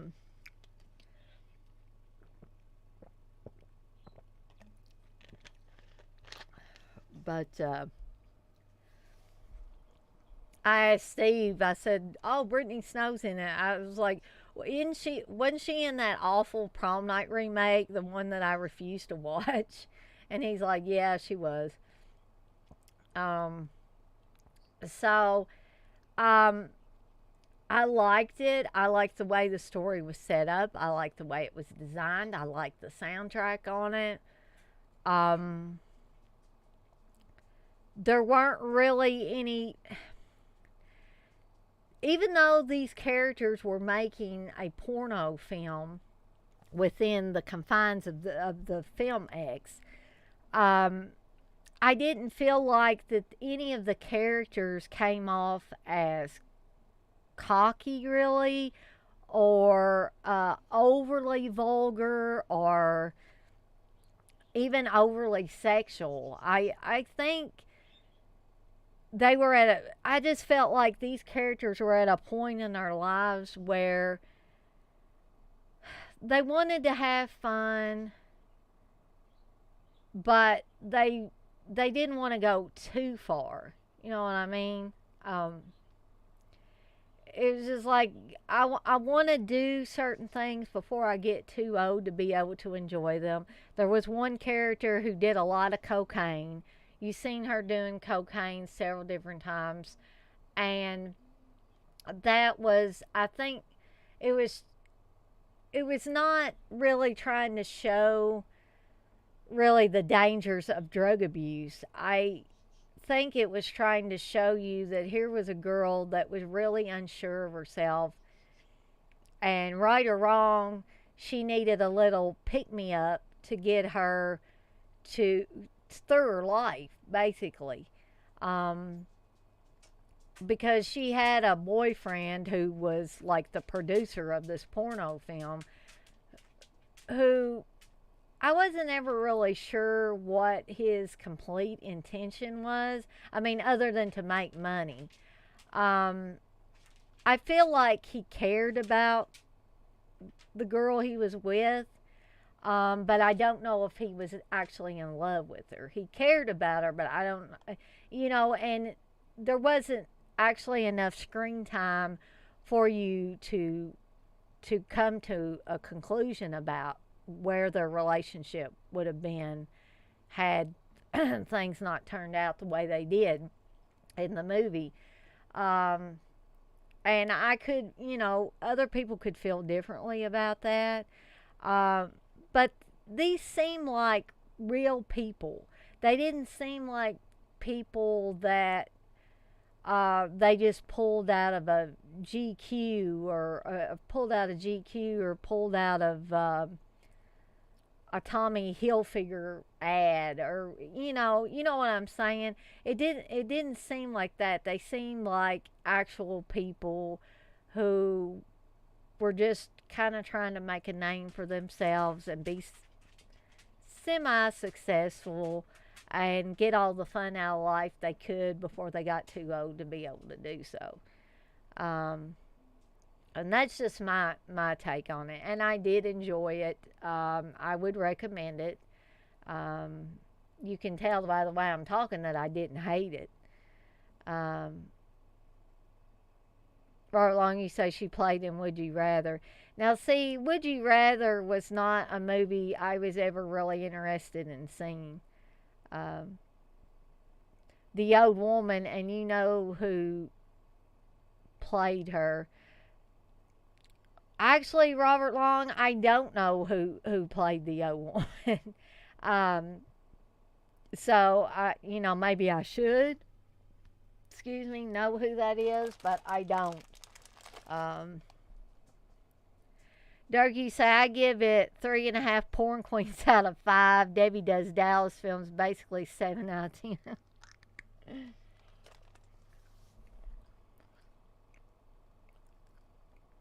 Yeah, I might be a little more kind to it and give it an 8 or a 9, an 8.5 or a 9. Because, sometimes I come out of these movies and I'm so irritated. I'm irritated with the characters. I don't like the character. And I've said this before, if I cannot find one character to get behind in a movie, then the movie's basically useless to me. If you have that many irritating, obnoxious, asshole characters that you can't feel any sympathy or have any feelings either way for them, that you're just waiting for them to get killed off, where they feel like just pieces of cardboard up there to be slashed and thrown in a dumpster somewhere. But I didn't feel that way about these characters. These characters seem to speak to me a little bit. Not that I'm interested in being in a porno film, but the realism of the characters is what spoke to me.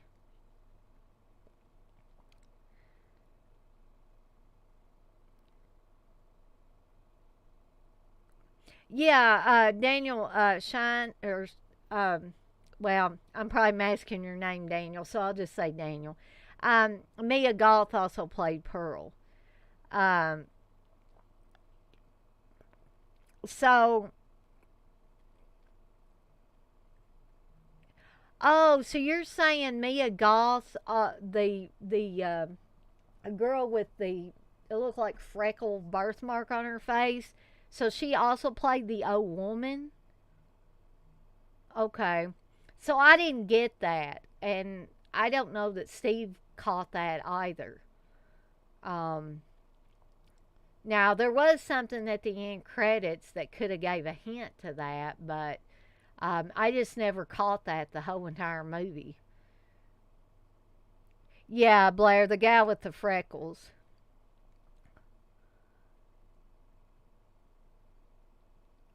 Uh, okay, I'm going to have to ask Steve because I totally missed that. And I guess maybe even if they had her listed as both in the credits, I just didn't connect it. Because I don't want to give away something that's after the ending credits. For those of you that might not have seen, but it sounds like most of you have seen this. Uh,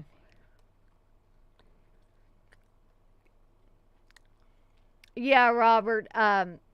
Yeah, I wasn't gonna bring that up on about the guy preaching on TV. Um, Only because I wasn't sure if there were people in here that hadn't seen it, and it's not like that's a big it's not really a huge twist shock, you know. But I just thought some people might not want to know that. Um, yes, John, I was going to bring that up too. I'm glad you said that. you said this to Steve earlier, but for me it had more Eaten Alive vibes versus Texas Chainsaw vibes. What I felt like is it had like maybe a quarter Texas Chainsaw Massacre vibes with the house and things like that, and half Eaten Alive, you know, with the gators and stuff like that too, and the old man. And but yeah, I picked up on that as well.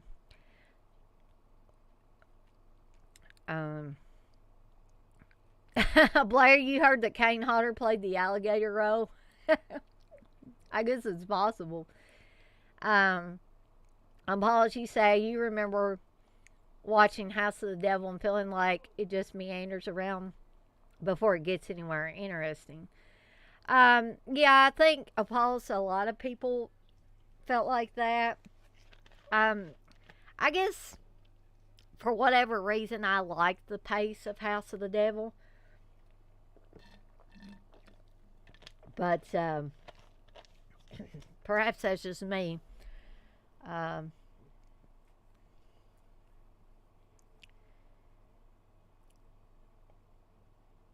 Daniel, you say you got it right, actually.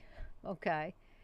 Um, hey, Darren, I didn't say hello to you earlier. I knew you were in here because you got rid of the pesky HD naked chicks or naked girls or whatever. um, but yeah, I'll say that I did like X. This is more than likely going to be one that I buy when it comes out to be purchased, because I could see myself watching it again. And actually, I'd like to pull out House of the Devil again and watch it again. See if I still feel the same way about it as I did. Red, you want to know, how did you guys link up with DEADPIT, and is there an actual centralized radio station location? Well, I mean, of course they do DEADPIT Radio, where Wes and Aaron, or CK and Uncle Bill, are located at. And the way I like met up with them was I found their show by accident. Somebody had posted something in a review of a movie, and then their signature, where their signature was, at the end of this review, it said, "If I'm not on IMDb, I'm listening to DEADPIT Radio." I was like, that's interesting. Because this was probably going towards the end of 2008. And I was like, I never heard of them. And I was just about that time getting into horror podcast. And so I found their site and listened to a couple of shows. And I was like, yeah, these guys are really funny. And I guess that CK and Uncle Bill were more approachable, as far as like they had an online presence where it was easy to contact them. And I just basically started chatting with them, just friendly chats, here and there with both of them. And that also led me to talking to Steve and some of the other people that had been fans of DEADPIT for a few years before I discovered them. And so I found out that they were going to be at Scarefest in 2009. And I also knew they were going to be at Fright Night. But at the time, I didn't have any way that I knew to get to Louisville. And I ended up talking to a girl, Kim, who also listened to DEADPIT, and she lived about 30 minutes away from me.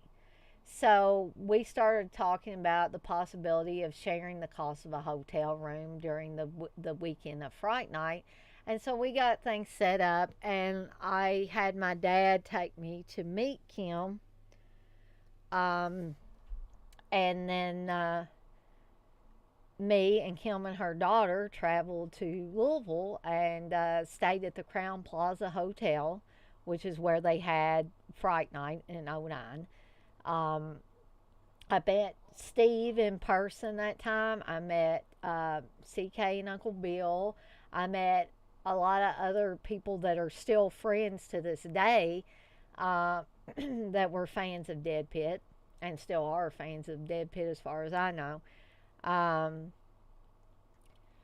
and I I guess it just went from there. You know, we've stayed friends over the years. I ended up dating and marrying Steve, um, and so we still, you know, talk back and forth with the guys, and um, I don't know. It just everything just kind of gelled, I guess. I don't know. Um, but that's the basic story. Not super exciting, but uh, Dirk, you say House of the Devil was a slow burn, and what would be considered elevated horror? The payoff was worth it. Yeah, I guess I didn't think about it being elevated horror, but I guess I could see that. And John, you say, yeah, and Eaten Alive, just so sleazy. LOL. I agree.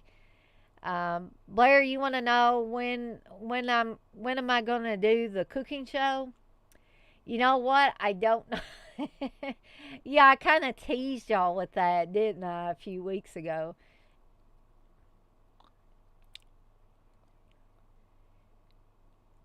Yeah, Robert Long, didn't Kane Hodder pretty much do some kind of work in all the House movies?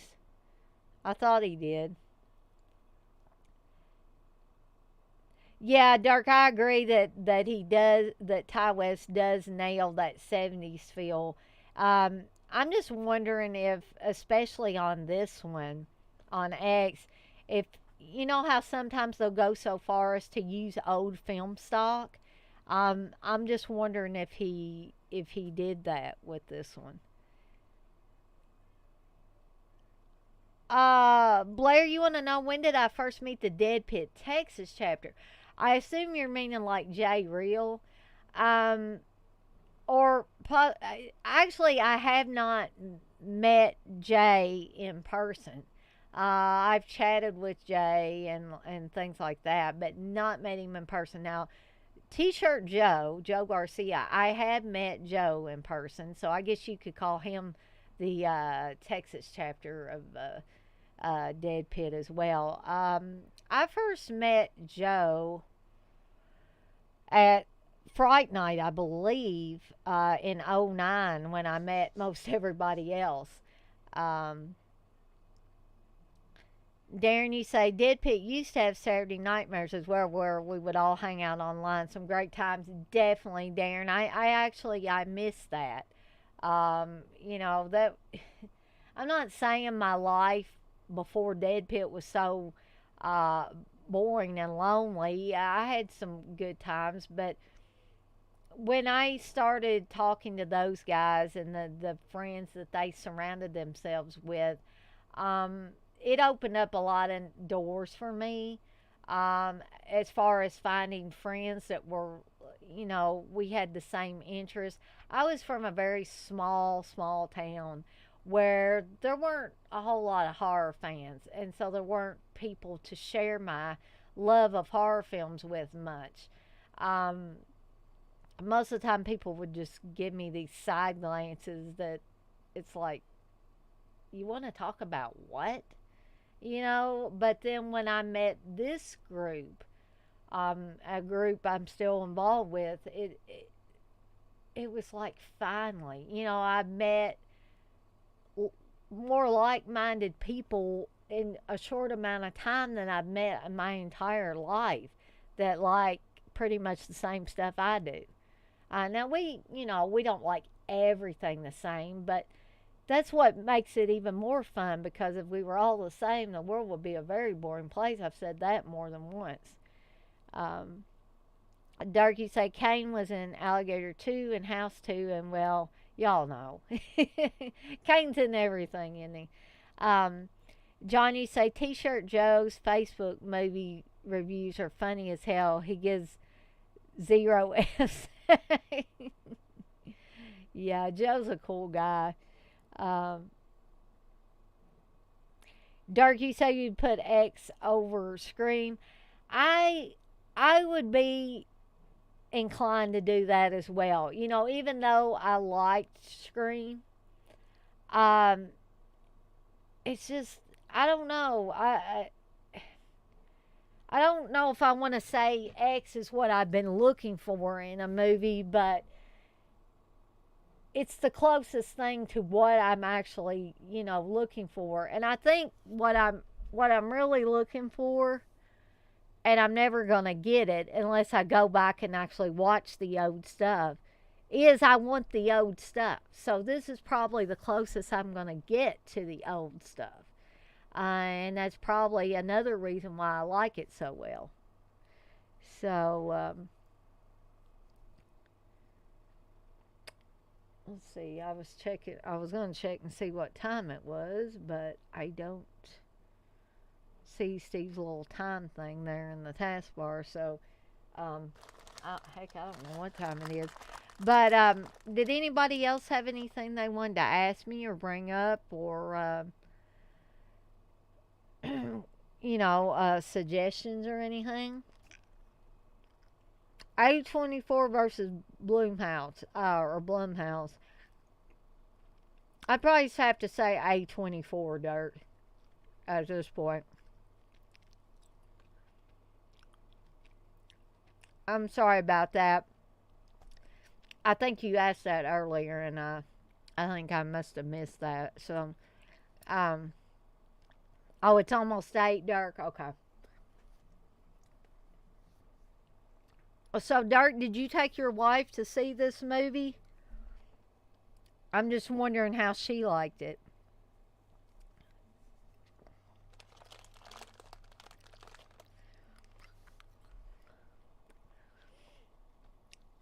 I was trying to think if there was anything else that I wanted to bring up. Oh, Daniel would say A24 easily wins that one for me. I'd say me too. Phantasm Matt, the line for Neve Campbell was crazy at Horror Hound. You waited 2 hours? Wow. Was it worth it, Phantasm Matt? Dirk, seriously, she wouldn't go with you? Wow. Does she not really care for horror movies, or was she kind of turned off by the subject matter? Or I'm just being curious. I'm not trying to be nosy.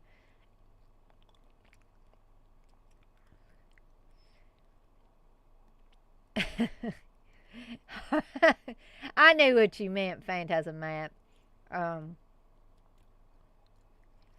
that is kind of funny, though. Yeah, talk to text. Sometimes it really messes up.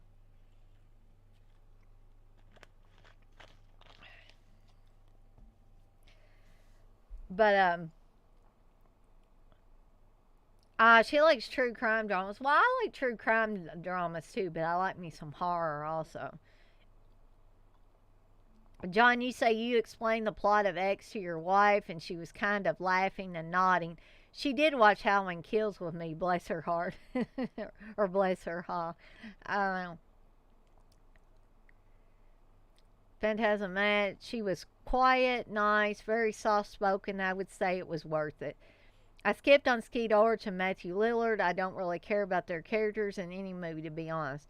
Well, I can't remember how much Neve Campbell was charging. Maybe it was on the same level as like Matthew Lillard. I don't know, but I was like, I'm not saying I dislike Matthew Lillard, but I saw the prices posted on the Horror Hound page for his autograph and picture and for the combo and all that, and I was like, geez Louise. You know, I guess he's an important part of the Scream series, or at least an important part of the first Scream, but I don't really understand, maybe they got some little birdie that's tweeting in their ear telling them that they're worth this much, but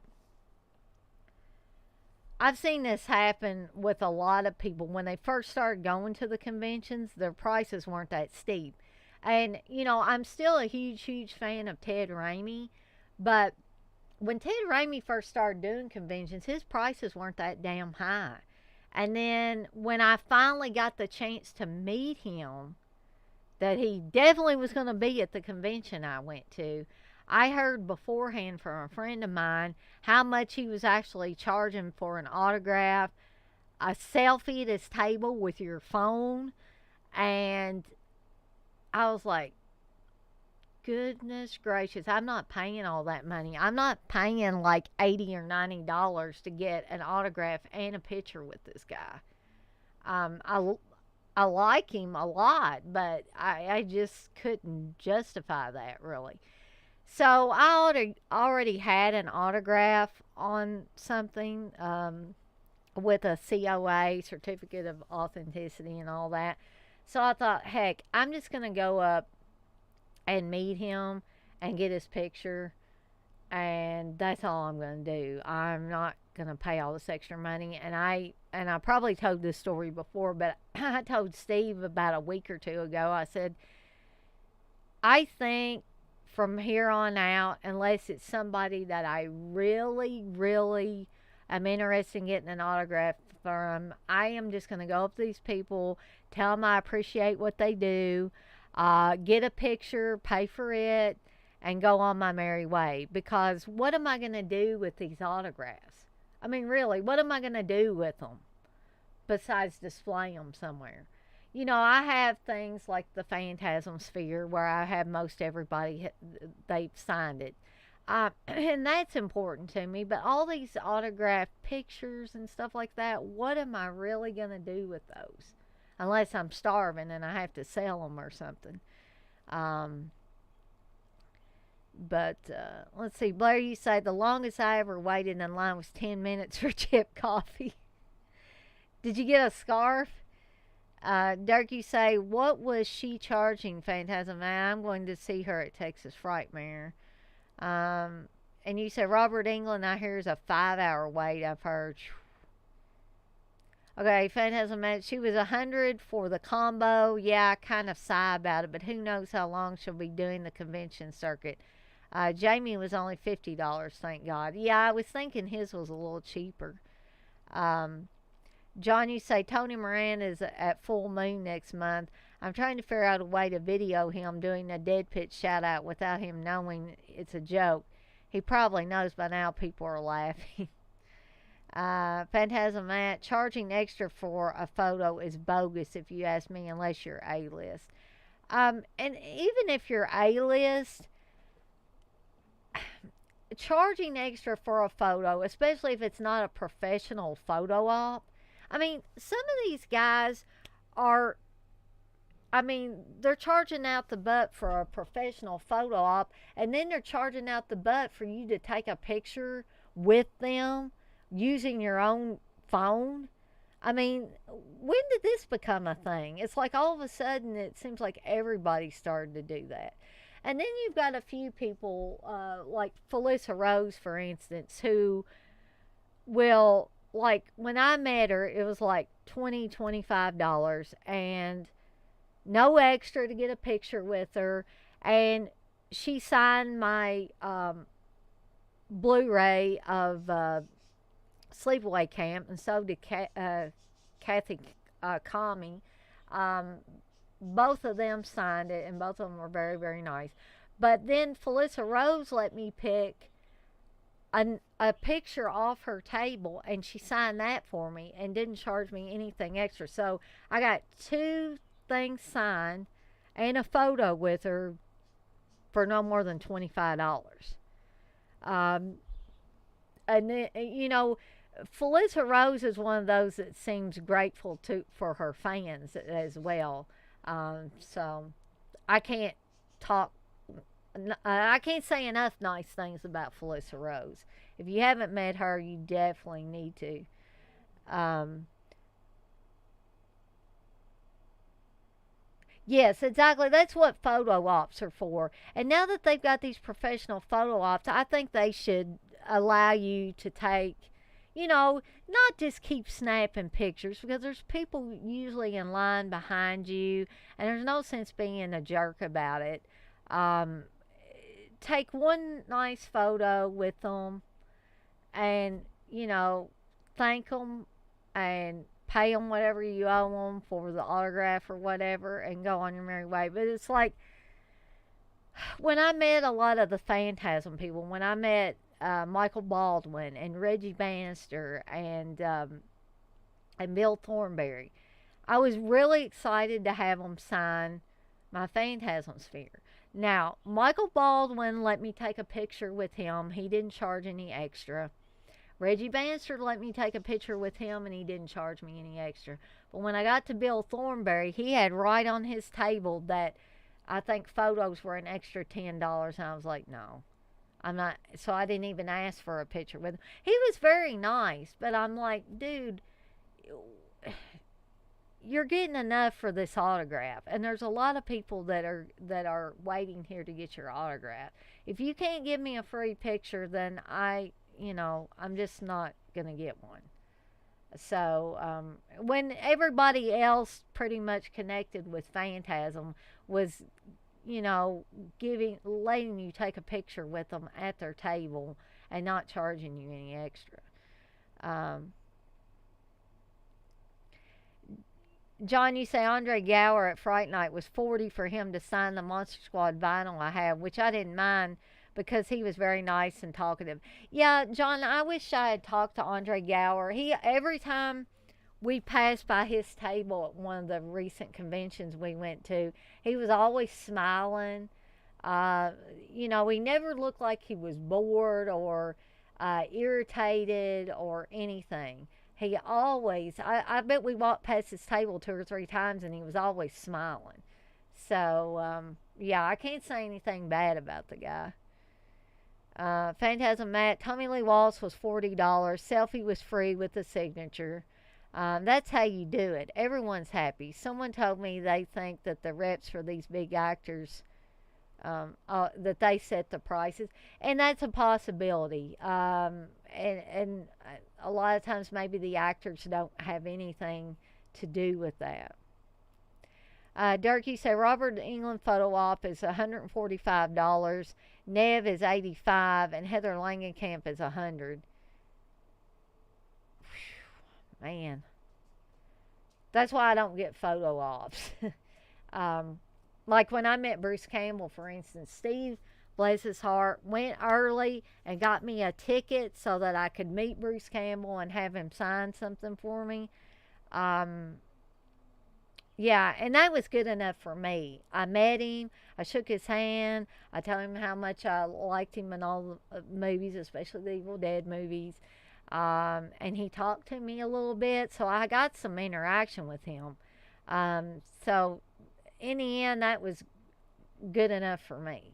I might, at some point like to have just a picture with him, but I don't think I'm going to be doing one of those professional photo ops. There's the naked HD thing again. God. But whatever.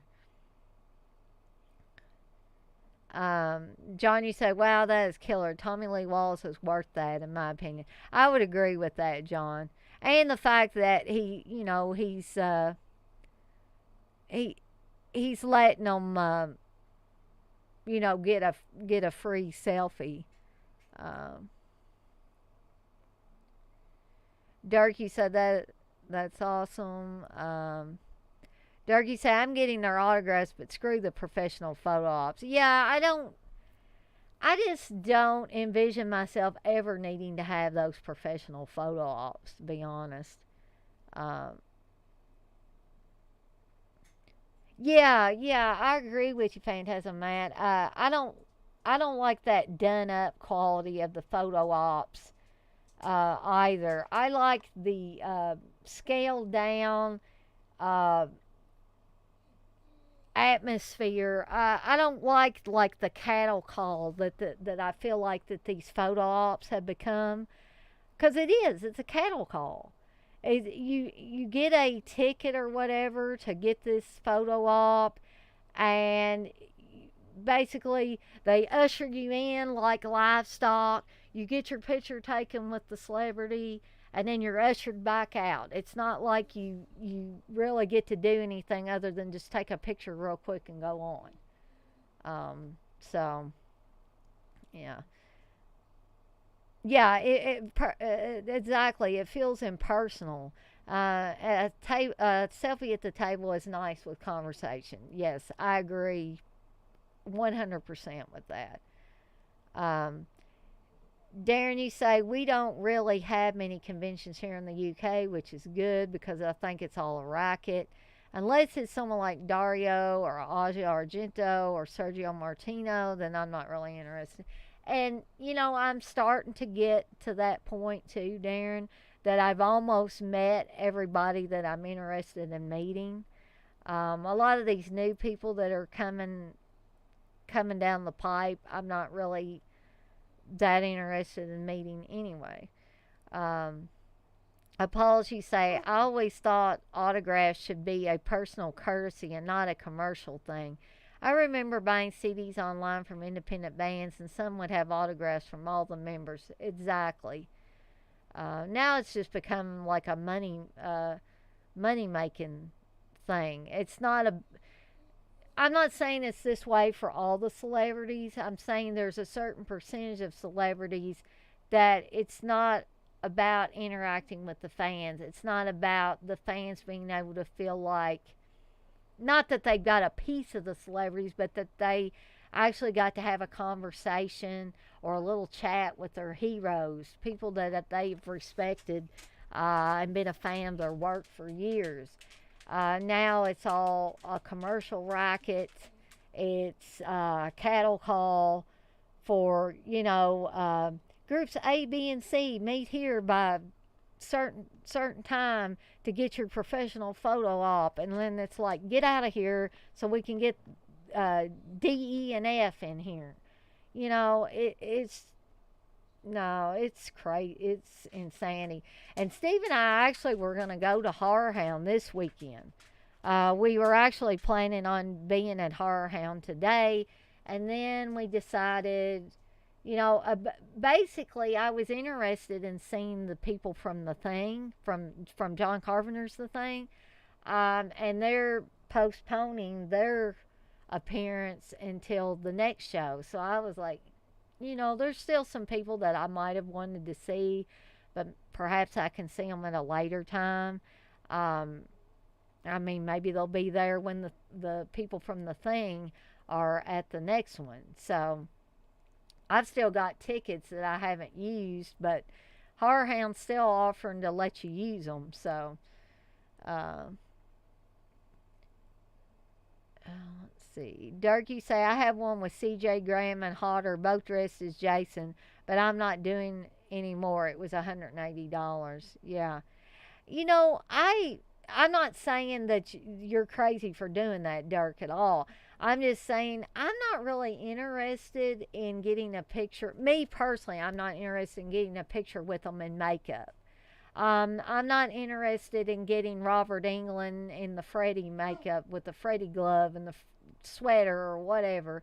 I wouldn't have been. I thought. How many of y'all thought this was ridiculous? If you didn't think it's ridiculous, it's okay.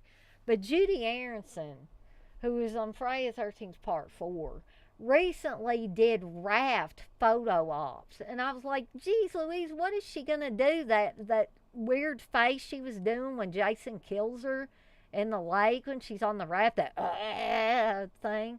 You know, I mean, what the heck? They're just going completely insane with this stuff. Um, so I just don't know what's next with that. Um, John, you say, I know these people often use this as a cash grab, but I feel that they don't realize how lucky they are to get paid for signing something. That's a reason to be nice to people. Oh, Steve's back here caressing my hair, so he's probably wanting me to get off here soon. You don't have to, but I'll just let you know it's after 8. Okay, I'll be off of here Some soon. people like to watch Svengoolie or something. I know, but people kept mentioning things about conventions. Darren, you say, I would take a special edition Blu-ray over an autograph all day long. In a lot of cases, I would too, Darren. Phantasm Matt, you say Matt Tobin, who does art for Mondo and Waxwork, was there with his posters. Really cool guy. Don't tell anyone, but he told me he's working on concepts for Child's Play 3 poster. Ooh, that's cool. So we got a scoop there. John, you say my best autograph memory was Roddy Piper in 2003 at a Borders. He was so nice, but it was mostly wrestling fans in the line. Yeah, Steve met Bruce Campbell years and years ago before I even met Steve. And I don't know. You would have to ask Steve if the atmosphere was relaxed, but it seemed relaxed in the picture. And this is prior to Bruce Campbell being at all these conventions and stuff. I'm not saying Bruce Campbell's an asshole when you meet him. He was very nice to me when I met him and got a signature. And then I went to his Last Man Standing shows and stuff like that, and got a signed book. I didn't go up and meet him that time. I kind of wish I had, but I didn't. So we pretty much left after the show was over because the book we got that was included with our ticket was already pre-signed by Bruce Campbell. So I didn't realize that. I thought we were actually going to have to stand in line, and I thought I was going to get to meet him again. And because of that, I didn't bring anything else to get signed. I thought the book was what was going to be signed at the show, but it turned out these were all pre-signed. But I guess if nobody else has anything else they want to bring up or anything, Steve did mention that some people like to watch Svengoolie on Saturday nights, and I had totally, forgot about Svengoolie tonight. So, I guess I'll probably have Steve cut this thing off in a few seconds or so, unless anybody has anything they want to bring up or ask me. Oh, I did want to tell you before I got off here, I meant to say this earlier and I got distracted for probably what the dogs were doing earlier that made me all distracted. Durkee said you did pay $75 for a Malcolm McDowell Clockwork Orange Blu-ray signed. I was dumb, very underwhelming. So it was underwhelming meeting Malcolm McDowell. I just never knew how it would be meeting Malcolm McDowell. I've never had the opportunity to meet him. But thank you, Phantasm Matt. But what I was going to bring up real quick before I get off here is several of you guys that have been in my live streams had expressed an interest in me having Darcy the Mail Girl on one of my streams. Well, I did send her a message on Twitter asking if she'd be interested and would be able to. And she hadn't answered me yet, but I think that she must be taping some episodes of the upcoming season of The Last Drive-In, because I saw where she'd put on Twitter recently, like 19 hours ago, she said she was missing AEW Rampage because she was working. Where's Darcy? So, I don't know. She ain't outside, is she? Well, you better check, Steve. If you can't find her anywhere else. No, she's not running around with Reg. Darcy!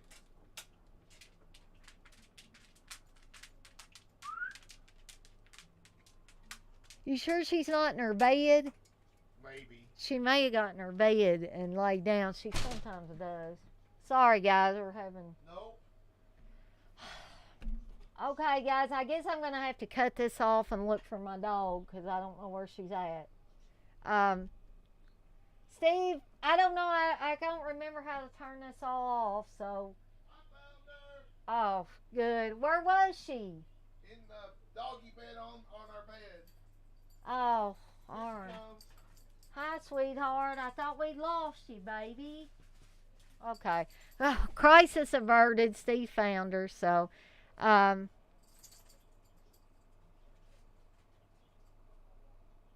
so Dirk, you say Malcolm McDowell's pretty arrogant. Well, that doesn't really make me ever want to meet him then if he's that arrogant. So Apollo, you say, don't leave us, Dana. What will I do with my life? Oh, you will be fine, Apollo. So I'm not a very interesting person anyway. Thank you, Dirk.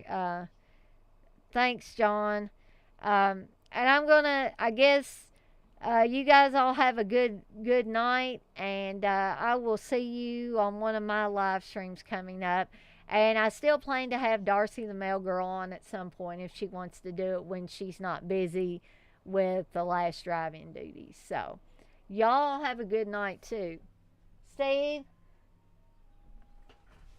Steven? Yeah. Can you come turn this off? Because I forgot how to do all this stuff. I say good night to everybody. Oh.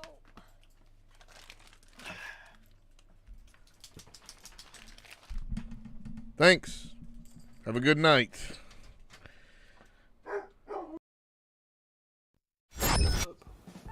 Up you butt. Like, subscribe, and if you subscribe, here's something else you can do. Once you subscribe, you can click the bell notification, right? And it'll notify you anytime that Dead Pit puts up new shit. Or don't. I really don't give a if you do or I don't. want you to. I want you to. I don't care. Let's keep our community growing here on No, YouTube. I don't like it. I don't want you to do nothing.